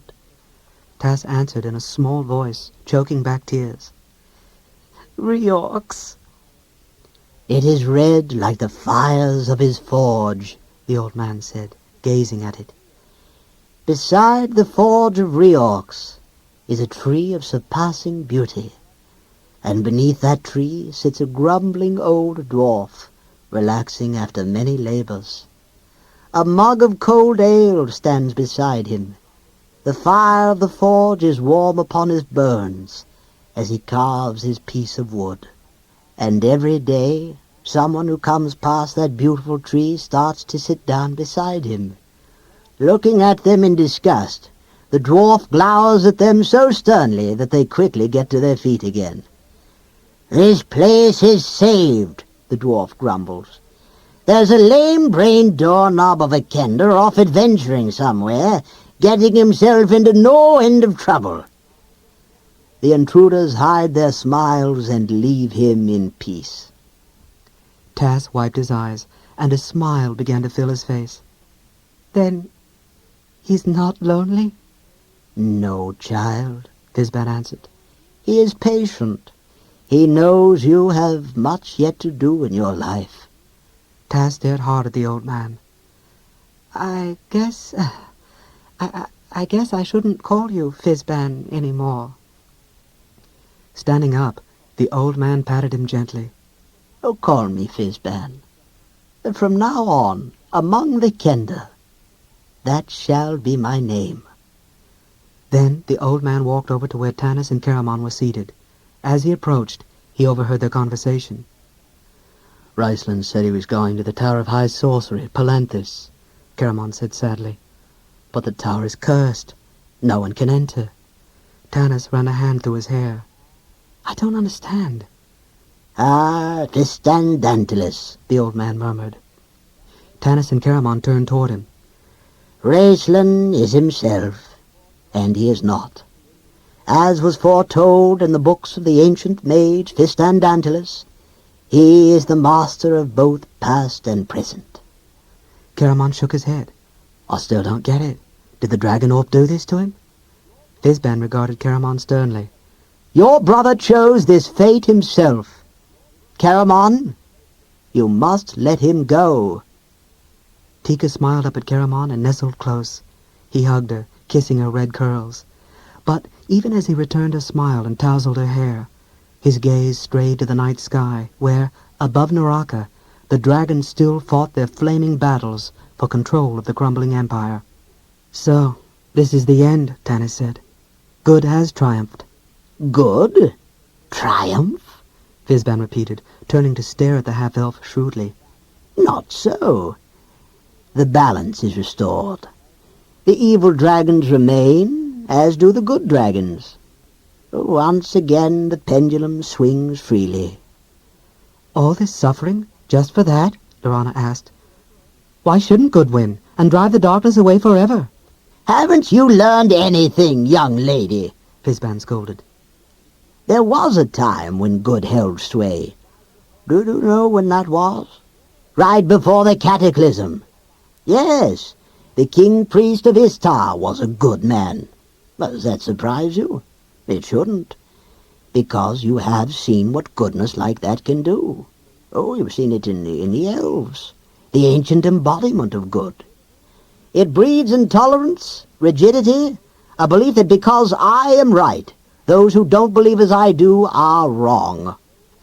We gods saw the danger this complacency was bringing upon the world.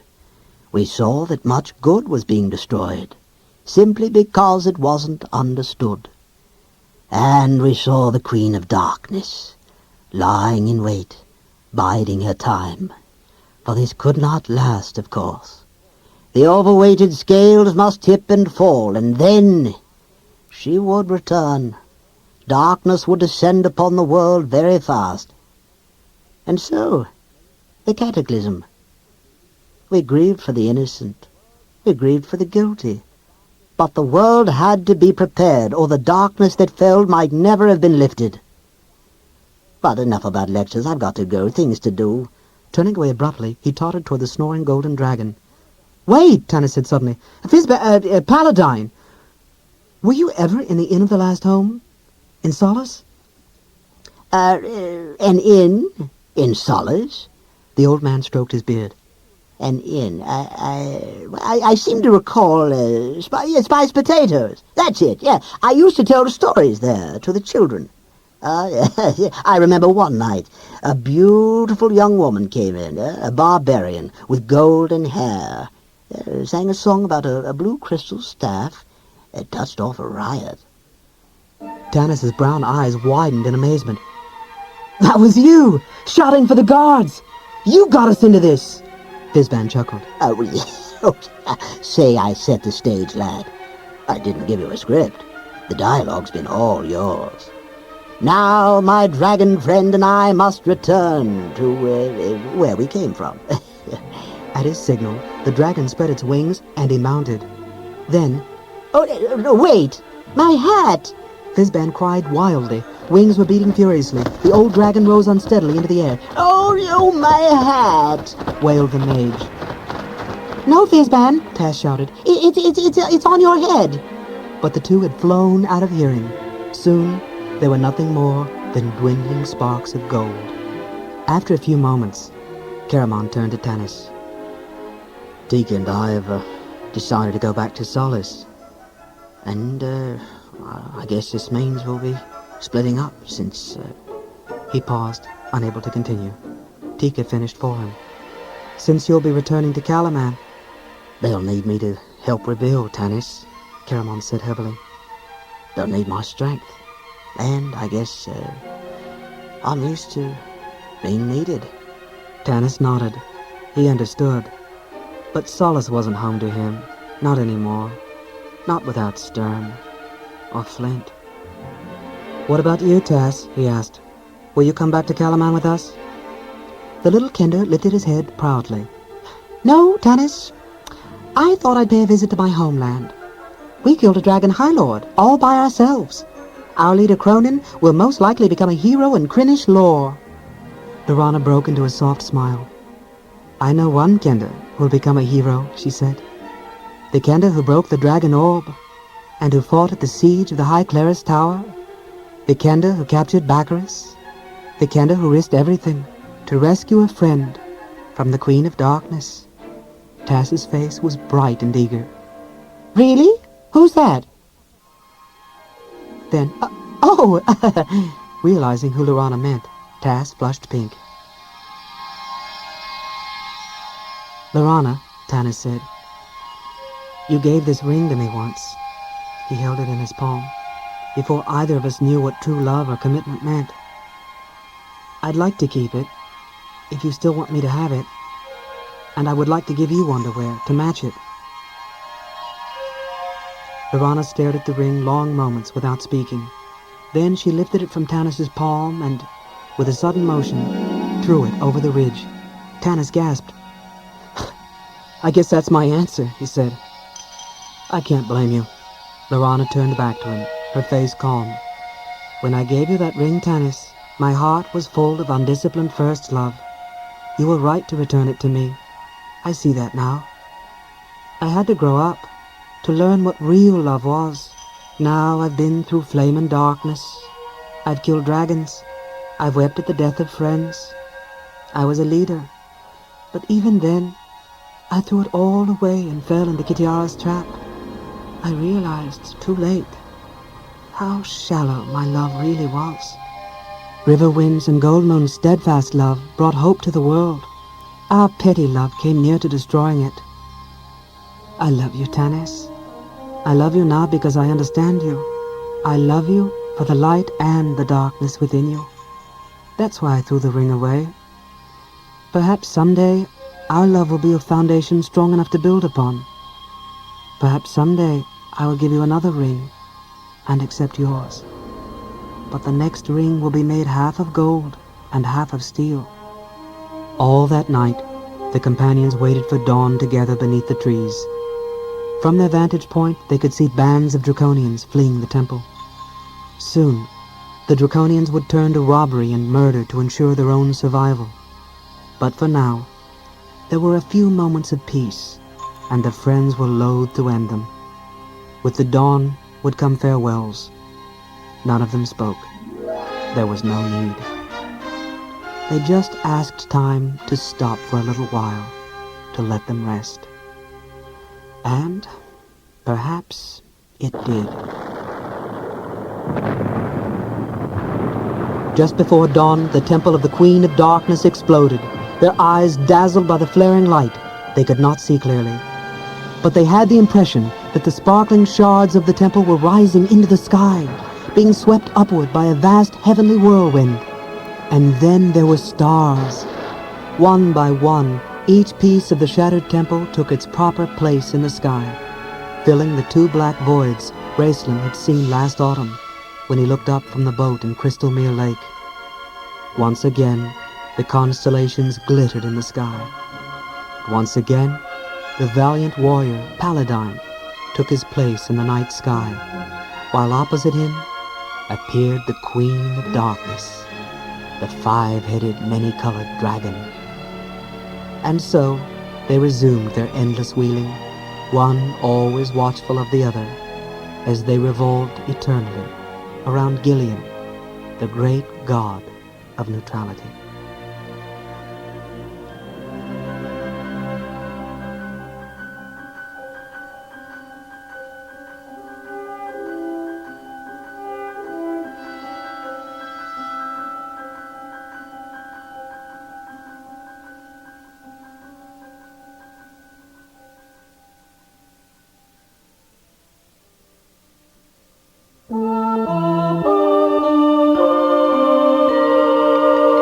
This has been a Random House Audiobooks presentation.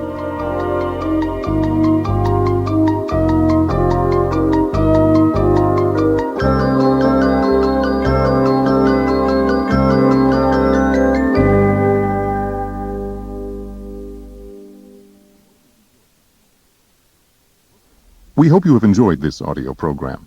Look for the complete trilogy of the Dragonlance Chronicles available on audio cassette from Random House.